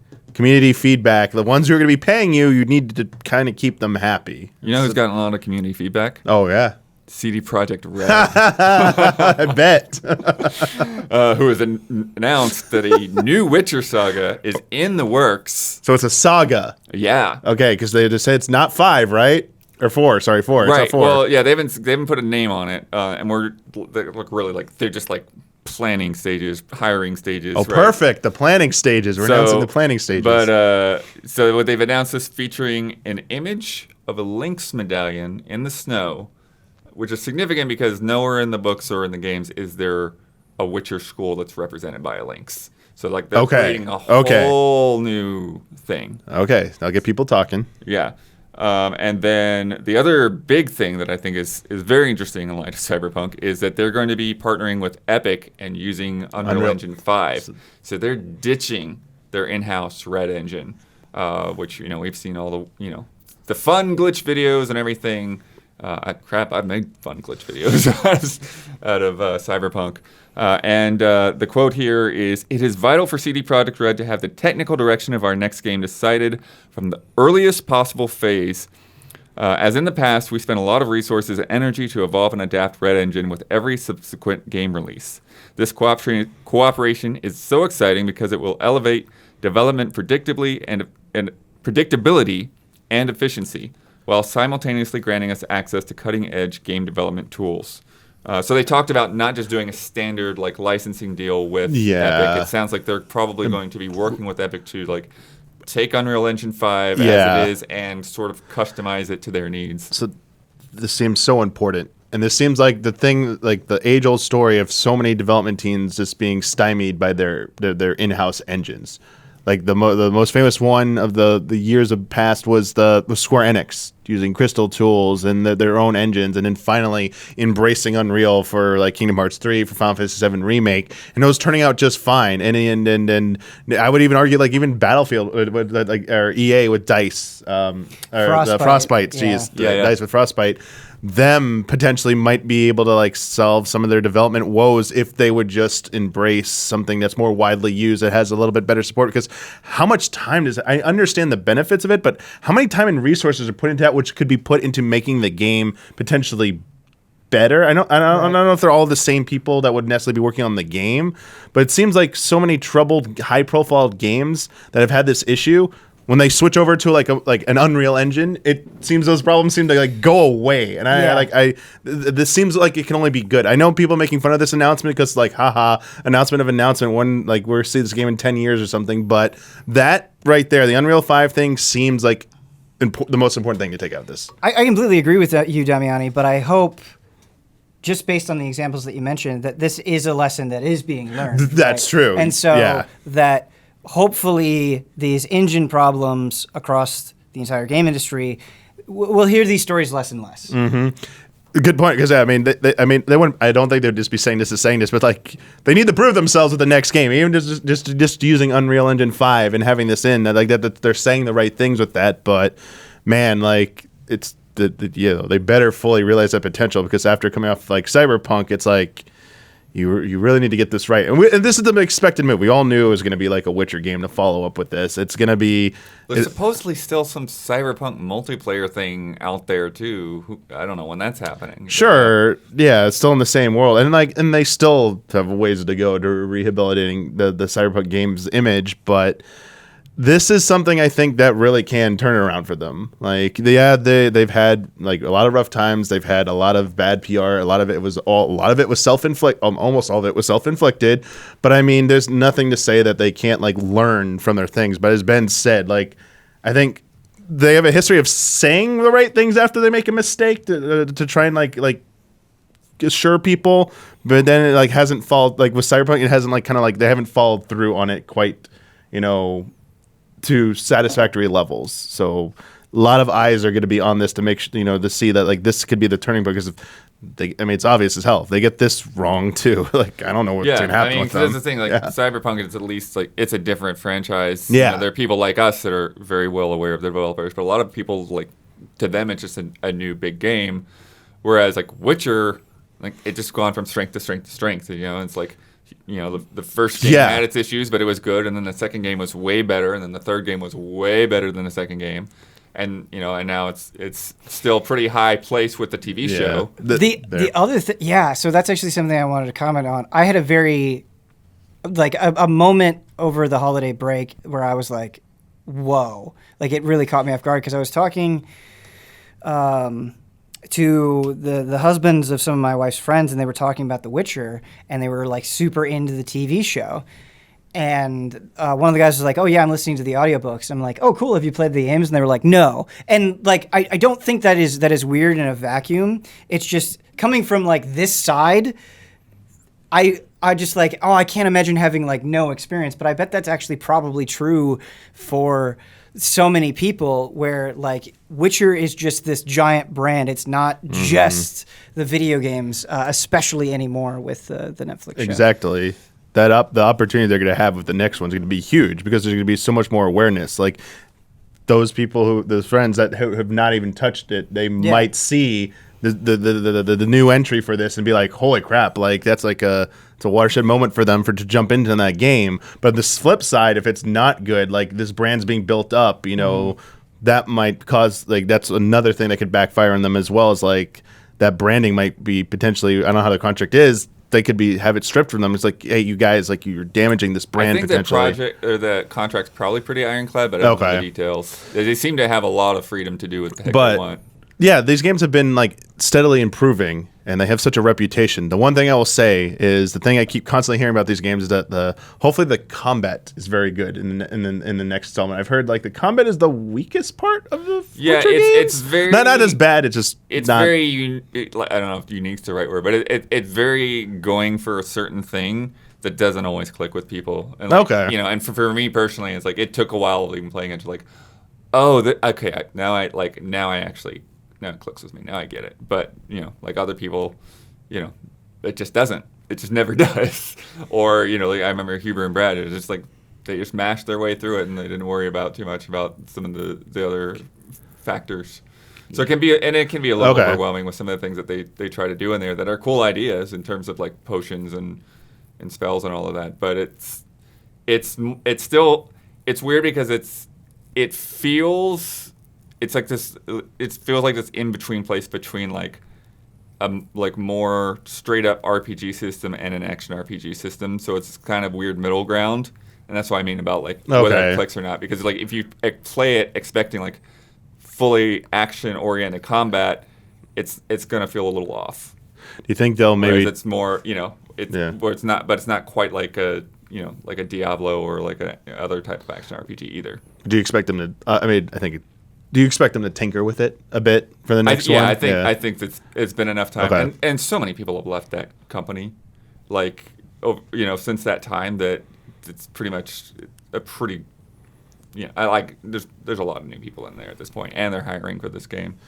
I think really the only question that matters is, will there be a Soul Calibur character or a Witcher character in the new Soul Calibur? For sure. Yeah. Well, and the question of this links this new saga, this very clear ending to Geralt's story in Witcher 3. Will Geralt be a part of this at all? Watch them tie it into the Netflix show. Right. I mean, I assume that this won't be called Witcher 4 because of exactly what you were talking about. Like those Witcher Netflix guys who were like, oh, I haven't played the games. Like they can jump in on something called The Witcher, The Lynx Trials, not The Witcher 4. No, but what if you unlock cosmetics if your Netflix account finishes an episode of The Witcher? Dude, like Netflix drops? Netflix drop? Hey. It's going to happen. Yes. Guaranteed. The wheels are turning, It's going to happen. Yeah.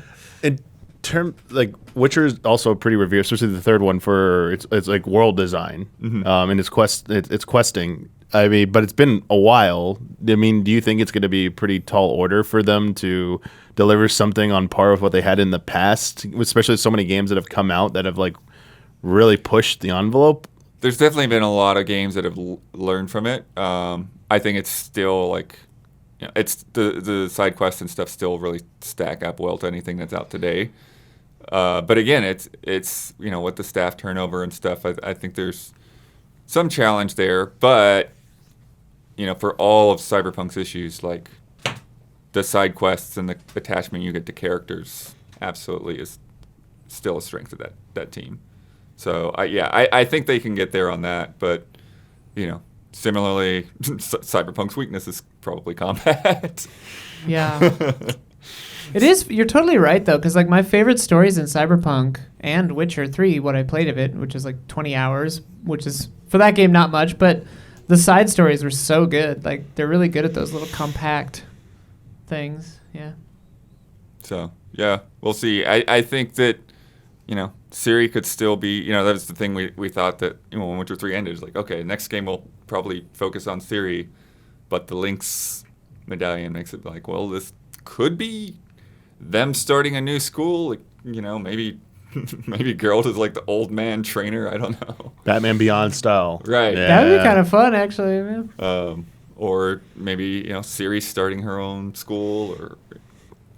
Even more fun. Who knows? Also this week, there have been a lot of reports of oppressive workplaces at various indie studios, including Moon Studios, who did Ori, Mountains, who did Florence, Fulbright, which has been talked about before with Gone Home and Tacoma, as well as Phenomena with Watam and Robin Haneke. Didn't really have the space or to really dive into all of this stuff, but People Make Games did a great 40-minute video that kind of really I think does a good job of talking about the issues without being finger wagging kind of attitude, and it's really interesting to watch through there and get the full context of how the employees feel, and again just a lot of it going back to these indie companies having a very clear figurehead who just sort of makes it feel like everything that you do isn't good enough, and having to sort of wrestle through all of that without a proper HR department or anything. Yeah, that one's rough because Ori specifically is so emotionally attached to those two games, and there's people saying, what if you like something? It's easy if you don't like a franchise. It's that one. It's it's even more probably than ever Harry Potter. It's that one I'm more emotionally was involved in when I was playing them, and now there's this taint around it. It's I don't know what it would feel like to go back and revisit those games. Is it gonna be painful? Is I'm not gonna be interested in it? And it's obviously the people who work there, the ones who have been the victims, want them to be heard, and would like to hear what they have, made that as a video maybe points out, because like if they still want you to support the game, it's like that's I mean, I definitely get that vibe. It's like Yeah. they don't want these things to overshadow, and Robin Honeyke is actually one of the ones that's like, it's kind of hard because it's like she has actually been a very forward-facing voice for confronting these issues and the talks and things that she's given. And then it seems like with people that are actually working with her, they kind of have like a different side of her personality. Yeah, I think it's so important to remember too, because like you're saying, like just one person, even in like, feels like almost always, even in the indie space, that a game is never just a product of a single person. There are exceptions, but a majority of games, it's not one person's just labor of love or their own works. It's a labor of love from a lot of different people coming together. So while you might see a name stamped on a game, and that's what we might get excited for, like Hideo Kojima game, it's like still so many countless people work on that game, and it's like, remember, human beings worked on this game. They put their like blood, sweat, and tears into it, and like have like the respect and compassion for them as well, because they're also dealing with all this crap on top of it too. Yeah. Sony acquired Haven Studios, which is Jade Raymond's studio that's creating a AAA multiplayer game. It sounds like it's actually ahead of schedule. All right. And it's not super surprising because they were founded with some investment by Sony to begin with. So it just sounds like, they kind of had like a test run and everything is operating smoothly. And Sony's like, all right, cool. Very interested to see what this is. Yeah. I am too. I hope she finally gets to put a game out. I feel like she keeps getting on board with stuff that like fails and then she has to go somewhere else or whatever. Yeah. Netflix announced Tekken Bloodline, a new anime series coming. I've not watched the trailer for this yet. I need to do that. Oh man. Suicide Squad: Kill the Justice League has been delayed to spring 2023, and not a single person is surprised. I want to play that game so badly. It's a bummer. At least Gotham Knights is October. Yeah. For now. Sierra Online's founders, Ken and Roberta Williams, got bored during the pandemic, and they're making their first game in over 20 years. I love it. So funny. I wish I could be that productive when I'm bored. It is a 3D and VR version of Colossal Cave Adventure, which is the game that inspired them to start making games. And it's going to come out this fall. And, it looks like a game that came from somebody that just learned Unity. But I think it's brutal. Cool. No, I mean, it's just like, it doesn't look terrible, but it looks like, this is like a very small, like, team that hasn't been working with these tools. I say this purely as a joke. No one take this seriously, but it's difficult to imagine like the game that inspired them. It's like, were you playing it with like sticks and stone? Like it was all text. It's all a text adventure. Yeah. If you want, the Netflix connection here. Go watch High Score. One of the episodes, like beginning of it, is literally about the thing that inspired them, and like how the two of them came together to work on this game. Yeah, and a lot of that's in the trailer as well. Yeah, like that's the awesome. Trailer is more about like their whole history, and because they don't assume that people know who they are. They're pretty humble in that way. They're absolutely. really I meant nice, that joke in it was truly just a joke. It doesn't look that bad. No, yeah. I'm not trying to say it looks bad, but it doesn't look like, whatever. Inscription is the first game to win the grand prize at both the GDC Awards and the IGF Awards. Nice. Which happened this week. And Yuji Horii was given GDC's Lifetime Achievement Award. Correct. And as we mentioned earlier, we were talking about Kirby. Kirby games are easy because the developers don't want to see Kirby get hurt. Yeah, that was great. God, that thing. Sorry, the one thing about the newest one, camera view angle. Oh, yeah. The thing about camera angles, so depending on what your camera, that's why it has a lot of fixed camera angles, because while the perspective will make it look like Kirby is hitting an enemy, when they shift the camera, tilt it like overhead, it's not actually it's not connecting with the enemy, but that perspective, as long as the perspective you're seeing looks like it hits, they count it. And I'm like, they like that. They just want to make it easier for you. I was like, that's kind of genius, but yeah, it is pretty genius. Now I understand why they don't have 3D camera controls in that game. I was like, I get it. I mean, you can tilt the controller, the camera a little bit, but it's not like full spin around. Can't fall off the edge. That's right. Can't fall off Throw the in edge the box and die. Let's play a game. All right. Speaking of Kirby, from highly anticipated, with the release of Kirby and the Forgotten Land, I present a game, Copycat Kirby. For each question involving multiple choice answers, I will say a copy ability and name 4 different enemies. However, only one is a real enemy from the Kirby series. Several enemies throughout the series may have the same copy ability, but only one correct answer will be provided. I'm going to do so badly. This is hard because so I've played a poorly. lot of Kirby, but I don't know the names of the enemies. Yeah. I don't play a This lot will of be even Kirby. harder, I yeah, really 'cause don't know their names. I've never played a Kirby game, really. Yeah. King DDD. All right. So the first one is the hammer, which is, Kirby uses a wooden mallet. Okay, I can't guess. Is it A, top heavy, B, bonkers, C, steely, or D, ham slam? Wow. I want to say Waddle Dee, but that's not even a choice. I have no idea. So wait, we have the ability name and we're trying to guess the enemy name? You're trying to guess the enemy that you get that ability I from. feel so bad. B.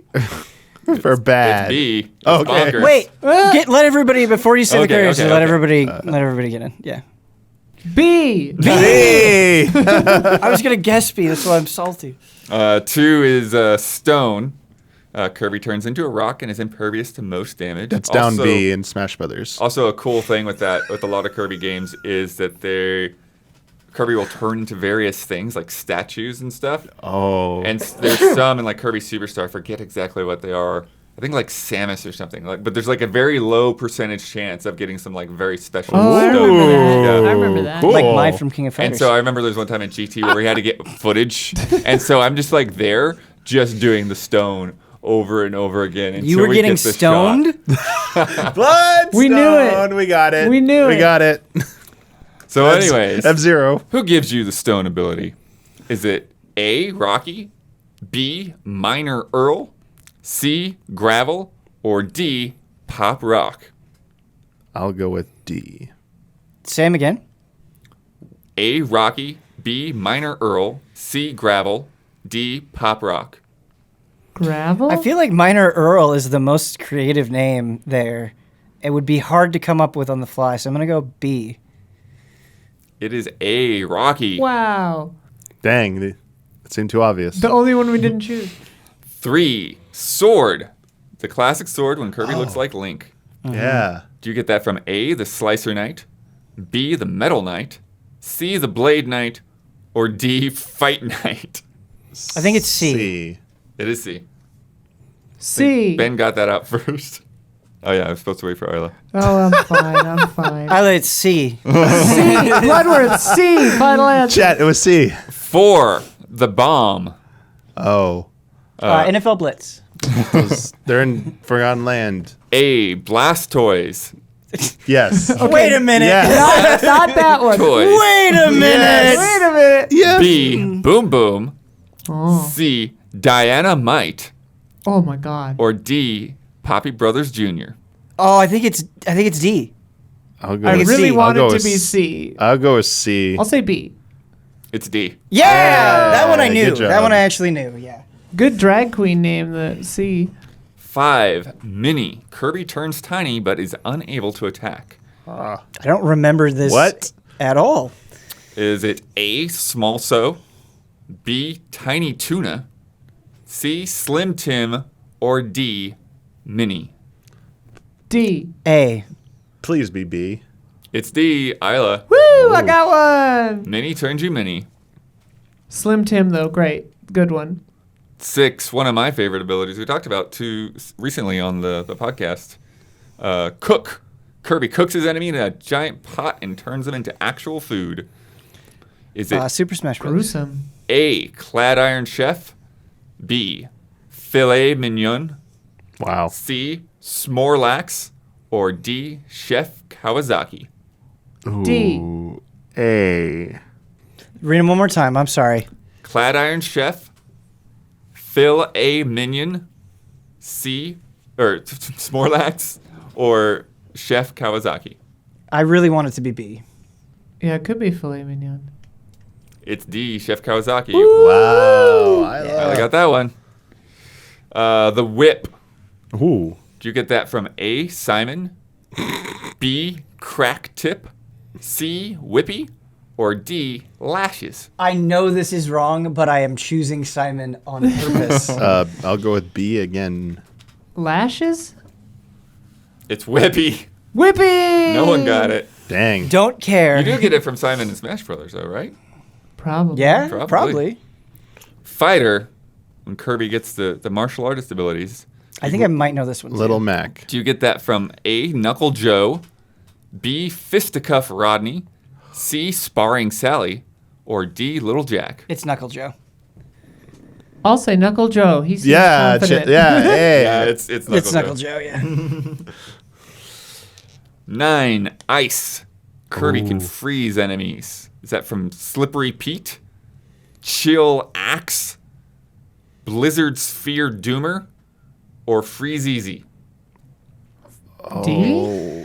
Freeze Oh, man. Easies I and feel like I Smash should Brothers. know this one, too. Sorry. Go Oh. through them one more time. A, Slippery Pete, B, Chill Axe, It might be Slippery Pete. C, Blizzard Sphere Doomer, or D, Freeze Easy? I think it's Freeze Easy. I think it's D. Freeze Easy's from Banjo-Kazooie. That's why I'm thinking of that name. Freeze Easy Park. I'll go with B. I'm saying with B, baby. It was C, Oh. Damn it. Blizzard Sphere Doomer. Oh, a weird what? name. That was the one I thought it wasn't Weird. for That was the one I was sure. sure was not it, yeah. I was like, no way is it that one. Okay, so this one's a little weird because there are actually two correct answers here. All right. So we'll see if you can get the two. This is ESP. Kirby uses psychokinetic energy and Psychomantis. can teleport. M. Bison. Ness and Lucas. Okay, so there's NESP, Telepathos, Sidekick, and Kind Mind. Oh, we have to get Kind the Mind? two. Yeah, see if you can figure out the two. NESP and Kind Mind. I think B is one of them. A and B.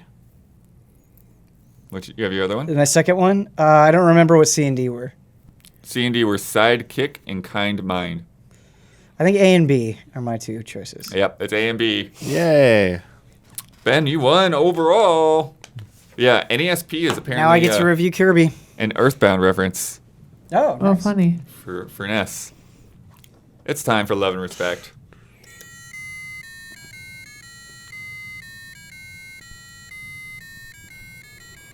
Love and respect. Before we get into first question, a lot of shout outs this week to Jones and a lot of well wishes. So I just wanted to recognize that to everyone that gave Jones a shout out. Who's that? Also, just a note, some people do this thing where they'll just type hold. That actually is counterintuitive for me because a lot of times I'll see the night before how far I got through the questions, and then the next day I'll see all right, are there any new ones? But if you put hold, then I'm like, wait, who put hold? I have to make notes to write down who put hold before to see if they added anything. So maybe just Put put your new comment down there. Put hold more. Mess with Bloodworth even more. But from Rahul Masal, hi allies. I just found out my friend is starting his third playthrough of Elden Ring, while I'm barely halfway through my first. Interestingly, he kept the same playstyle of sorcery each time. I personally also use sorcery, but want to try out incantations the second time around. I'd like to ask what each ally chose for their starting class and what they might pick next time they start a brand new game. I love this question because Elden Ring tormented me. So I feel like I lean. This isn't exclusively true because my first Demon's Souls playthrough, I was magic. But I tend to lean with strength.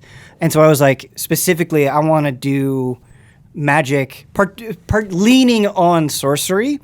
And I picked a Wretched, or I think that's what the naked class is called. Wretch, yeah. Wretch.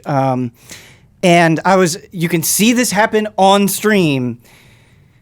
I just kept finding strength weapons. I just was not getting. It took me forever in that game. I think I was probably 15 hours in. I don't know exactly how long it was before I could even get a staff to cast sorceries. Now I use the sword. I think it's the Sword of Flame and Night, where its weapon arts are one's a sorcery and one's an incantation. So now I am int faith build.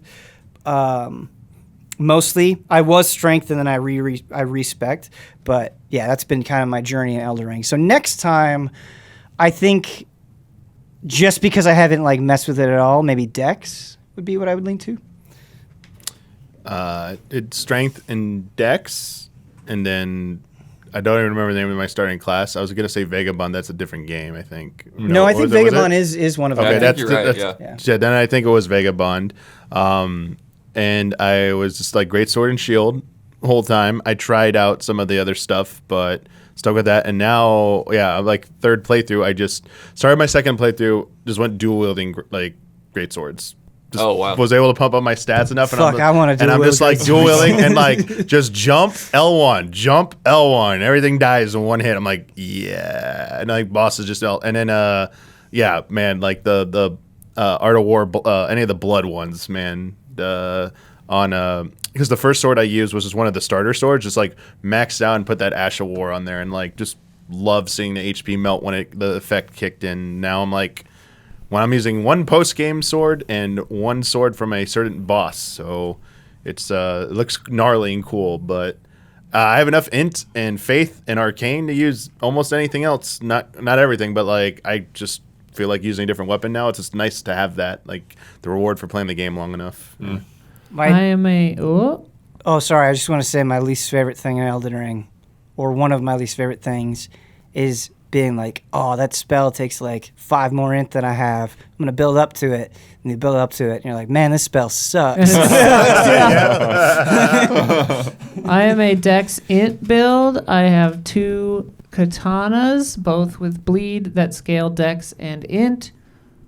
It's not the meta. I did it on my own. Fuck you, man. Which site do you want to shout out? I did it on my own. No, like apparently the sword that I'm using is They're all meta. Strong as well. But here's like, the deal: when you've been playing FromSoft games for a decade, you kind of start to look at the numbers and go, "This is the best Dex int sword." But yeah. I use the Moonveil and the Meteoric Ore Blade, and they're sick. And I do jump L1 just like Damiani and kill almost everything right away. And it's really fun. High poise. I just got a thing that increases damage as I keep attacking. It's sick because I don't like blocking. I just dodge and strike things. On my Steam Deck, the character I made is a Faith build because I want to use Madness and Pyro stuff. Yeah. But I'm sure it'll end up being a Dex Faith build because that's just I can't not play like that. That's just how my brain works. Whenever the website refreshes the meta, I'm sure you'll change to reflect that. I picked Prisoner, so I'm kind of going. Prisoner was mine too. Yeah. Magic and strength. It's a Dex magic build. I always. The Dex I feel is like you always not do that far faith behind the strength. It was pretty easy to put some points into strength. Yeah. I feel like you are partial to faith builds. Is that incorrect? I did faith for 3. I don't think I've done sorcery before, but I can't remember what I did for the Demon Souls remake. I keep racking my brain. It's like, what was my build? I don't remember.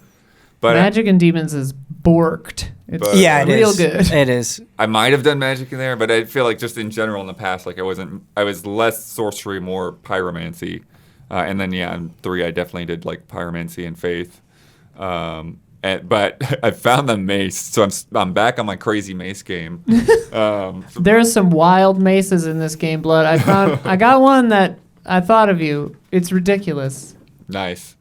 But then I was thinking like, if I wanted to do, like, if I had a new character, I might, like, lean into the crazy heavy, because I've never done that. Like, anyone that could use, like, a great shield, that seems wild. That sounds like, because going with the crazy heavy is fun. I've always been, like, the medium weight, It's like, I don't, like, I want to have some decent armor, so I'd never, like, really light, but I'd never like having the heavy roll. But it's like, man, if I just, like, went all out heavy, what is that like? I am not. I'm completely naked in that game, and that is. I feel like that's very different than what I typically do, and it's been awesome. Like, I die in one hit, but I just zip.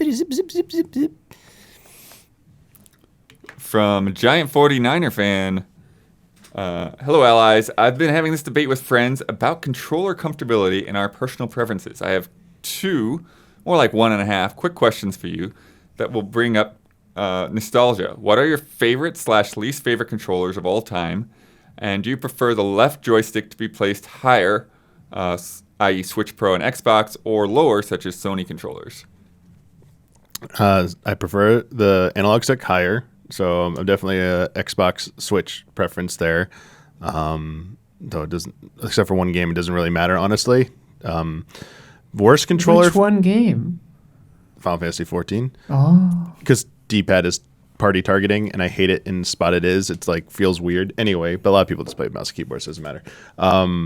Worst controller, ironically, now for me is the NES controller at this point in my life.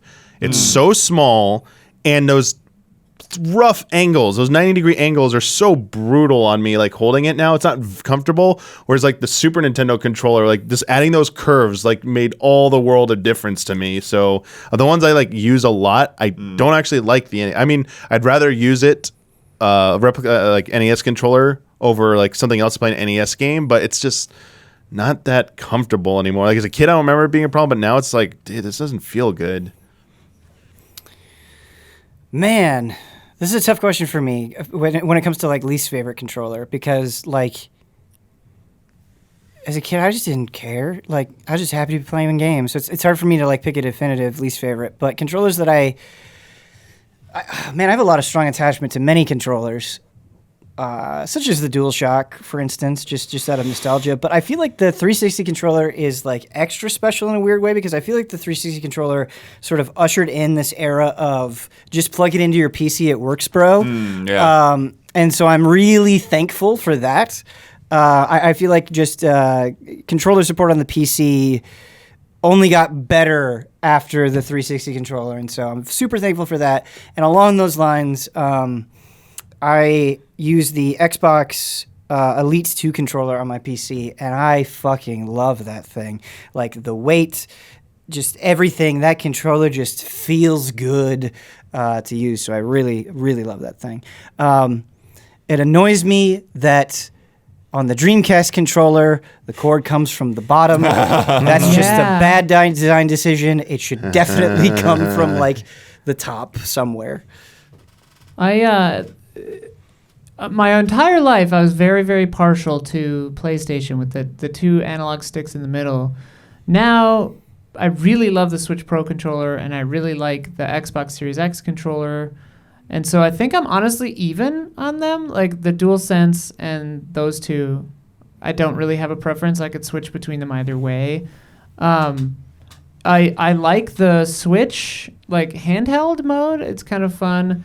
I did notice a funny thing that when I was using the Steam Deck, I kept hitting cancel because my brain thought I was holding a Switch, and the rightmost button is the yes button in most Switch games. So I was like canceling out of dialogues and like closing things instead of saving in Elden Ring and stuff like that. Least favorite, I don't know, maybe the Duke, like OG. Oh, yeah. That thing is ridiculous. But yeah, I'm kind of like Ben. Like I was just thrilled to be there, you know? Yeah. Yeah, you kids and all your choices. Yeah. You didn't have to deal with shitty off-brand Mad Catz control.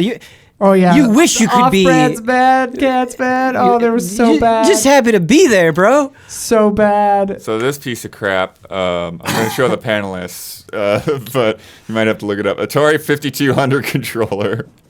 It's like it has this crappy analog joystick that didn't work very well, and it has a keypad like a phone for some reason. And then it's got weird triggers on the sides. Yeah, this thing sucks. What the crap is this piece of garbage? I feel like that is from an era where it's just like we just haven't figured out the concept of what a video game controller should be. But it's a legit step backwards from what the 2600 was. Okay. You know? It's just like they try to add more buttons for the sake of adding more buttons, and it's like, yeah, it's like when phones were like trying to put keypads on there before the iPhone was like, no, a touchscreen is what you need. I remember, because I never had Nintendo stuff growing up. I had a Genesis and then a PlayStation. Mm-hmm. So I remember going over to my friend's house, and the first time I saw an N64 controller, because like I didn't see a lot of commercials or read a lot of magazines about games or anything. So I was like, what have they done? What is this thing? But then we like started playing GoldenEye or whatever, and I was like, oh, this thing rule. Or no, it was Mario 64 was the first one I played. Oh, yeah. And I was just like, this is great. Like, this is crazy.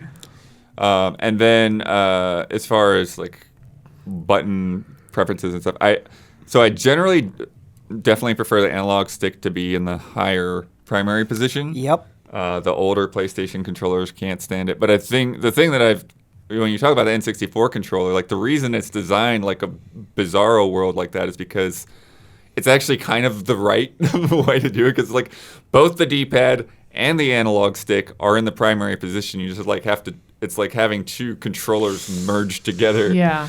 But so that's the thing. It's like when you look at like the GameCube D-pad being down there, well, that's horrible. And you look at like the PS3 I feel like the GameCube analog controller stick might as being well down not there. have a D-pad. That's horrible, and so and so I've actually gotten to a point now where I feel like the PS5 has sort of edged it out because the 360 or the 360 D-pad was terrible, but the Xbox One got a little bit better, and I think the Series X and the Elites have gotten a little bit better on the D-pads over the years. Yeah, I really So I feel like the Elite D-pad, because it's like instead of being just a D-pad, it's like a silver disc that like just nicely you can feel like each little direction that you're clicking is good. Yeah. So I think that the DualSense has kind of elevated. I think especially after Gran Turismo 7, it has elevated to be like Nice. my favorite because I think they've tweaked the position on that analog stick to where it doesn't feel like as much of a stretch as they did before. And then the D-pad's still in a good place, and then the resistance on those triggers. It just brings me back to the GameCube. Where like, oh, this is actually useful again. I feel like the DualSense. I'm very big on controller weight. Because I feel like PS3 controllers are too light, or can be, I guess is maybe a better way of saying it. The original one for sure. But the DualSense is just like nice and a nice chunky boy. From Ivan Ripley. Hi allies, there's been a lot of talk about difficulty and accessibility in games lately. I lean more on the side of creators' intent and realize that not all games are for me, meaning I will probably never play difficult games like Sifu or Elden Ring. But another game came out recently that I believe reevaluates the difficulty/accessibility conversation in a way that I've never seen before. Tunic has the option in the accessibility settings to completely turn off damage for the main character. I purchased this game expecting a breezy experience based on the cartoonish look and feel of the world, but found it to be punishingly difficult. This option allowed me to get through some of the harder portions of the game, while also letting me turn it off when I wanted to experience more of a challenge. How do you feel about this middle ground concept, and do you think more games should include this? I think it's great. It's just the last word that I would disagree with is it's just like should. It's the difficulty conversation is so hard because I feel like people are either going to misinterpret what you mean or that you're just going to continuously go in circles. I absolutely support a huge, diverse landscape of games. I want there to be many choices for people. I was actually listening to a YouTuber that I think said it better than I could ever say it, and he told this story about this guy who worked with big companies, and he worked with, I don't remember the YouTuber's name, I wish I could give him proper credit, but he was talking about this guy that worked with pasta sauce people. And he realized throughout his research there's no singular perfect pasta sauce. Because they were thinking wrong, where it was like, oh, we gotta make our pasta sauce appeal to the most amount of people possible. And he realized through his research that's not what people want. And he's like, oh, like a third of the country wants a really chunky pasta sauce. No one is tapping into that. Why don't we do that, right? And so I think it was Presto that he was working with, he realized that the answer and the way for them to really get a huge bump was to provide more options, not less. And so I think that is the approach with games is I think we shouldn't try to be like, how do we make this work for everybody all the time? Let's just make sure that there are a bunch of options that will appeal to a ton of different people, right? Because there might be people out there that absolutely despise chunky sauce, right? It's a good thing that they have other options, other things that they can gravitate to and still enjoy video games. Yeah. That's well said. I like that It's analogy. really good, well said. Sure, in a perfect world, every game would have like all the difficulty options and like more nuanced ways to handle difficulty. Give you so many examples, but like games that do it well like they have so much development time and they have large teams.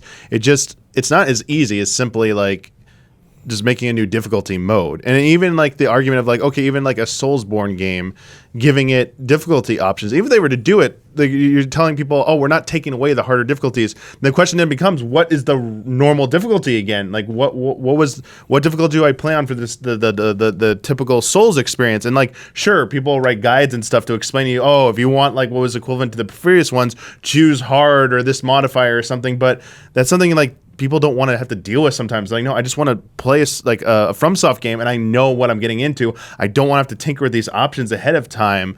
And sure, it's again, it's nice to have those things, but we were Isla and I were talking earlier when we were after the Mike and Mike stream ended about Elden Ring, about more nuanced ways you could deal with like bosses, and like there could be a way even like with a FromSoft game, like you still need to try the boss the way it's intended. Like give it like X amount of attempts, and like it's not going to relinquish. You're going to experience that brutally punishing difficulty. And then maybe there's some kind of modifier that kicks in behind the scenes, like the boss's HP pool gets a little smaller, or you do slightly more damage, or something nuanced like that, where it's like you've put in the work and you've actually been able to, you know, learn the fight, experience it as is, and now it's like, okay, you kind of want to move on from this, but that takes so much time and resources. Like, what's the right amount? And I would rather a developer make the game they want to make and make it as good as they can, and not have it held back. Oh, we had to commit all these resources to making these difficulty options for Elden Ring. Elden Ring didn't turn out to be as good as it could have been because they had to worry about balancing all these other things that didn't need to be balanced. So down the line, I'm actually fine with post-release support. Post-release support, I think, is where you can do it. Both sides of the equation. If a game is too easy, you just add more difficulty options down the line. If that was your creator's intent, if you really see that. Yeah, and like, yeah. So just do that. Like, and also, I know this isn't the answer for everyone. To me, my thing has always been like, if it's available, just get it on PC and get a cheat thing or whatever. And like, they exist for Elden Ring. You're like, well, just go turn on one hit. If you can't beat a boss after an hour or whatever struggling, and you really just want to go do anything else, turn on the one hit kill, or like turn on a damage modifier and just beat it and like move on. Like, I do get the arguments for it, and I'm always about giving more options, but I also always understand the reality of the situation is that like some creators don't want to do that, and who am I to tell them what to do with their game? Now, if a group of people are speaking out because of like, if it comes down to actual accessibility issues, if there is a group of people who are saying please do this for this specific reason, you should listen to that and actually give that some serious consideration. But when it comes to this like raw difficulty, like this boss is just too hard and like I can't beat it because I don't want to spend more than 10 minutes on it, then that's a different issue to me. I've spent a lot of time at this very company, a lot of time talking about how can we make fighting games more accessible to more people. And I will probably have that conversation for the foreseeable future. And I do think there are so many fighting games, so many ways fighting games could be more accessible. But it makes me think of this SNL skit with Adam Sandler. And the skit is just hilarious, so you should go look it up on YouTube, where Adam Sandler is playing this like, he works for this travel company, and he's getting he's saying like, hey, based on our experience, you know, we want to take you to Italy, we want you to have a good time, but we can't make you suddenly magically like yourself just because you're in Italy, right? Like at the end of the day, there's still gonna be you, just in a different place. Like, we can't make you like yourself. We can't fix your marriage. We can just take you to Italy, right? And I think that on some level that attitude applies to games. Like, yes, absolutely. Like fighting games, for example, we should do more, and I think that's a great conversation to have, and there's so many points to bring up. But at the end of the day, some people are just not going to like fighting games, and that's totally cool. Yeah, I think for me with the Tunic example, it's interesting because, you know, so like with Souls or Elden Ring, like I think it's pretty clear that like combat and overcoming enemies and learning all of those nuances is a very big part of the game. Whereas in Tunic, like combat is a part of the game, but I think there's a lot of other things in there that people are interested in solving puzzles and trying to figure out the world in a more overt way. And so I think that that's why this just don't take damage. You can fight things and everything. It's just flip the switch. But what it makes me think of is when we used to have cheat codes. And so it would be cool for more modern games to have access to cheat codes in one way or another. And I don't know what all else might be into it, but it would be funny if one of those instruction booklet pages had a cheat code. It was oh, there you go. I do know one of the first ones you get that's pretty cool is it actually shows you where the iframes are. It shows the roll cool. frames and okay, if there's dust, when there's dust, then you're invincible. And just this very subtle way of teaching you about iframes. Yeah. And all this, that I love that stuff. And it'd be nice to see more of that. And this stuff, it's all single player. I mean, I feel especially Ben, I feel like you have said this before. So many people get so worked up and care about how other people are enjoying games where it's just let them enjoy who cares if you don't like what they're doing? Are you having a good time? Are they having a good time? Cool. Why do you guys need to fight with each other? Because you're someone's saying you're playing the game the wrong way. It's oh, what? Why do you care? Yeah. Well, exactly. For sure. It's gaming has this really shitty and pervasive culture of there is a right and wrong way to play. And people need to let that go. I think there's a difference between being hey, I think if you try this, you might enjoy it more. I think that's healthy. But the people who make it almost a hobby to invalidate somebody else's experiences. Yeah. Why don't people like my jellyfish, man? My jellyfish helped me beat Margate. I have no problem with jellyfish. Yeah. But it sounds like people don't want me to be poisoning things with the jellyfish. Yeah, but fuck them. Who cares? And so, I think that is a big thing. And I also think, I feel when people, I think culture sometimes can have this problem where if something goes wrong, your first instinct is to not look inward. I think people get frustrated and they don't know how to process it. Because I imagine for a lot of people that play video games, most of the time it's pretty smooth sailing for them. They might struggle with a little bit here or there, but I think people kind of get into this pride thing where they're man, I'm a gamer. I'm good at playing video games. I won that victory royale, whatever it is, right? And then they encounter, they play a Souls game for the first time, and they have their asshole ripped open, and I just don't know if they're I just think they just don't expect that, right? And so they don't know how to process that necessarily. I wonder if it's just because people games, so many people are seen as it's a form of escape, it's entertainment, it should be something I enjoy. So like everything else they do, movies, consuming media, reading a book, it's you just have to put in the time. I know they're different, but go ahead. No, but that example really frustrates me because it's total bullshit, right? There are absolutely TV shows and movies I haven't watched because I'm damn, this movie is going to be really, it's going to have a lot of metaphors. It's going to be really deep. I just don't feel like doing that right now, right? Think about how diverse the landscape of movies is, right? Or it's that's dealing with subject matter that I really can't handle right now. I need something lighter. Or sometimes I'm in the mood to really engage those topics and I want to dive in, right? I don't expect those things to conform around me. I am just glad that they are both there and that I can tackle them when I feel ready to. Almost there's all these books and movies made for so many different types of people that they'd all have to be for you. Yes. God. It's time for bets. This week's bet, Weird West is out next week. Brad is currently playing through the game for coverage, and I'm going to ask Brad to boot up his game, wherever his save file is, and get into a combat area. What will be the value of the third equipable item he finds on an enemy corpse? So, when you find a sword, it's got a cost there, a value that you would be able to sell it for. So you just see it right there when you pick it up. Skimmed through a dev walkthrough and saw some things ranging from $15 to $200 in value.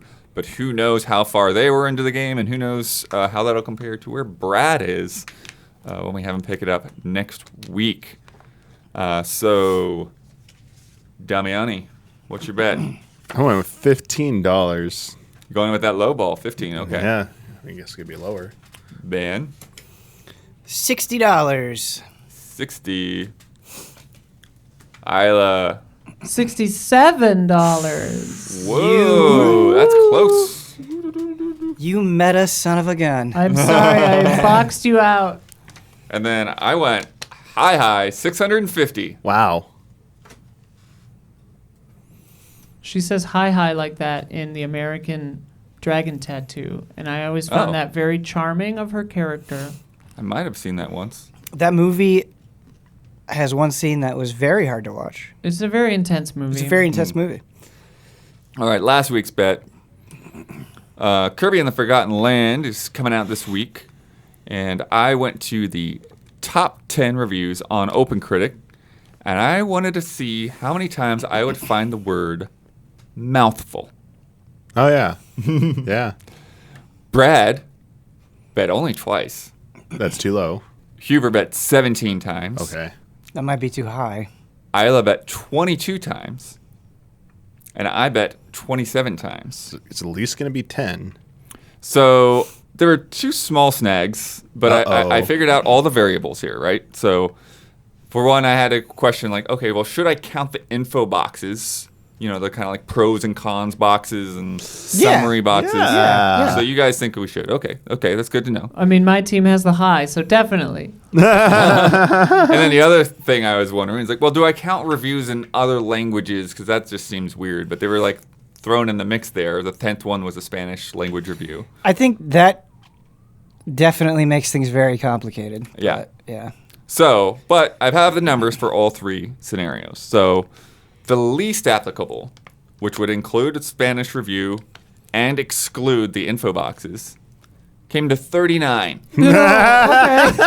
Never mind then. Here we go. The most applicable, which excludes the Spanish reviews and includes the info boxes, came to 53. And Oh my God. What I called the most reasonable, excluding Spanish reviews and excluding info boxes, is 46, right there in the middle. Either way, It doesn't matter. I Yeah. had the high. I had 27, which brings the scores to Massive Chubs for Splish So big. and Malodorous Sea Lions 5. Let me tell you about patreon.com/easyallies. That is where you can go to support us, and this week is EasyX. We are fundraising in a lot of different ways. You can go back and check out all of those archives. If you're watching this patron early access version at $5, you can go watch more EasyX today. And you also, as a patron, every patron gets an ad-free extended version of the podcast with 2 extra love and respect questions. And then we just started this behind-the-scenes thing. Shout out to everyone watching right now. Hey, everyone in chat. $20 a month. You get to watch this live as we screw everything up. We're doing fine. And then at the tip top, the $250. Well, it's not the tip top anymore. We've got the $250, Ho-ho, the $500, dear and the $1,000 tiers. Yeah. We've got shout outs. And this month's shout outs are Caleb, Togi Crawford, Elthanis, Greg the Dark Knight Kettering, Nick, Raymond Wheeler III, and That One Dude. Shout out. Shout out. I cut to myself. Oh, well. All right. I won the bet, so I get to promote any Easy Allies video I'd like to promote. I get this final word on anything I've disagreed with, want to reiterate, or just popped into my head. And I get to sign off with my trademark sign off. For the video, I want to do this most recent episode of Mysterious Monsters. Woo! It's been a while away. It was a fun time. It's been a long time since I've been on that show, so I got to be on this episode too, so that was fun. Did you win? Well, we can't say that. Can't say that. We can't say who wins. They got to watch the episode. That to see means who he did. wins. That means he did. No, he got second. B. Yeah, he got B. B. He got Knuckle Joe. Let's see, final word. Oh, Witcher combat's cool. I like it. I know a lot of people don't like Witcher combat, but I like the combat in Witcher 3. And we'll see you before the next blood moon rises.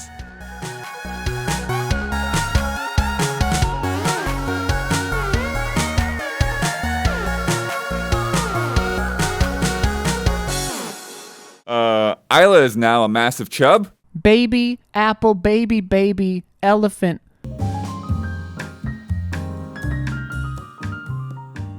The Easy Allies would like to thank our Patreon podcast producers. We apologize in advance for all the ally names we are about to misspell and mispronounce. Caleb Crawford, L. Thanis, Greg the Dark Knight Kettering, Nick, Raymond Wheeler III, Zatfandut, Edsger M. Hernandez, Stomps, Walker Hope, Will Schmuck, Alexander Zirianov, Ali Cat, Arvind Rajan, Beaten Down Brian, Bradley Spees, Discarded Digit, Douglas Chomich, Esdocal, Freya Lawson, Hayden Hargraves, Happy Gaming, Jay Shee, Jesper Popmel Dufay, Jesse Blue, Jose Gutierrez, Miguel Rivas, Paulo Costabel, Robert Stoffel, Roy Sung, Sage Mode Q, Sigma, S-Snake24, Chum Nguyen, Valmar, Andri, Aurelian Grenier, Blue, Brandon White, Brian Kruger, Dale Sun, Dave Red, Gary James, G. Levin, John Burns, Kroldemort, Lath, Luke Bennett, Mango, Marcel Markov, Mark J. Betters II, Matthew Holcomb, Matthew Pauling, Nathan Watkins, Oni Blackmage, Pete Shoemaker, Rob Bob Will, Robert Crouch, Sam Handrick, Stepan Hakobian, Stephen Thomason, The Banana Forklift Killer, Tom Eierman, Rack, 44 stars, Anish Door, Accounts Payable, Adam Henry, Alex Monaco, Alexander Irving, Andreas Risberg, Anthony Galvin, Barry Tomasini, Bjornar Haraldsvik, Blake Bonsack, Breadroll Art, Brian Foster, Briscoe Davis, Brittany Fuller, Bunny Chen, C.S. Lewis, Katie Garza, Chase Caldwell, Candy Coated Thorns, Chief Uhu, Christian Semniak, Christoph Atui, Christopher Santis, Clay Roberts, Cody Westley, Corey Jackson, Culinary Stud, Cyberboa, Damnable Nook, Dan Sebring, Daniel Wong, David Wilson, David Boyarski, Delisi, DF, Dimitri Zetas, Don Turner, DRD 7 of 14, Edison S. Prada Jr., Eric Maynard, Eric Tobias, Eric Gustafson, Espen Gotchman, Ethereal Ether, Faraz Rizvi, Fishflop, Forrest, From the Void, Gabriel Aberg, Giant 49er Fan, Glenn Olson, Gustav Strombaum, Hadi Ali, Helen Y, Hitman 47, Hugo Aguilar, Isun Chor, Ian Anderson, Isaac Swanson, Ivan Swade, Jay Aldiar, Jameson Lapine, JC3, Jeffrey Ruchtenwald, Jeremy Ferris, Jesse Fish, Jesse Wilkeson, Jethrin, Joe Frantic, Joey Din, John Gallagher, Jojo Denko, Jordan Phillips, Joshua Vanswall, Julius Garcia, Junya Motomura, Justin Payne, Carl Williams, Kevin Gillet, Leon Keys, Lindsay Wells, Linson Wu, Liam Ahern, Luis Ibarra, Lion Crown 19, Manuel Thomas, Marcel Giro 017 Froelich, Marco Hernandez, Materia Addict, Matt Ferguson, Matt Karwoski, Matthew Holmes, Matthew T. Ryan, Mazrim Tame, Megadet, Megan McDonough, Michael Bisegli, Michael Clendenan, Michelle Nubb, Miguel, Mikhail Aniel, Mike Hook 1, Mikey Mizek Novak, Masuki 211, Mithers Strongbeard, Mo Grant, Mr. Anarchy, Mr. Matati, Nefertiti Jenkins, Nicholas Johnson, Nevi Sun, Ulf himself, Oru Gacchino, Pablo Rodriguez, Paul Sway, Philip Higdon, Quinn Riley, RF Switch, Rafa David, Reed Johnson, Ritz 1906, Roy Eschke, Russell Bateman, Ryan Anderson, Salvers, Sam Sorensen, Samuel Copeland, Sebastian Urban, Sebastian Trier, Sneaky Gato, Splontot, Strikeout NZ, Super 3D Cow, T-Beaks 15, Tense George, Tim Strothman, Thomas Blaze Fauchereau, Tim Mann, Tim O'Keefe, TJ Sullivan, Toasty Soul, Travis Ing, Trevor Thomas, Tristan Howard, Trizac, Tuttle, V8 Dave, Volker Bach, Wavy Chula, Willow Pingree, Wouter DeHaze, ZK.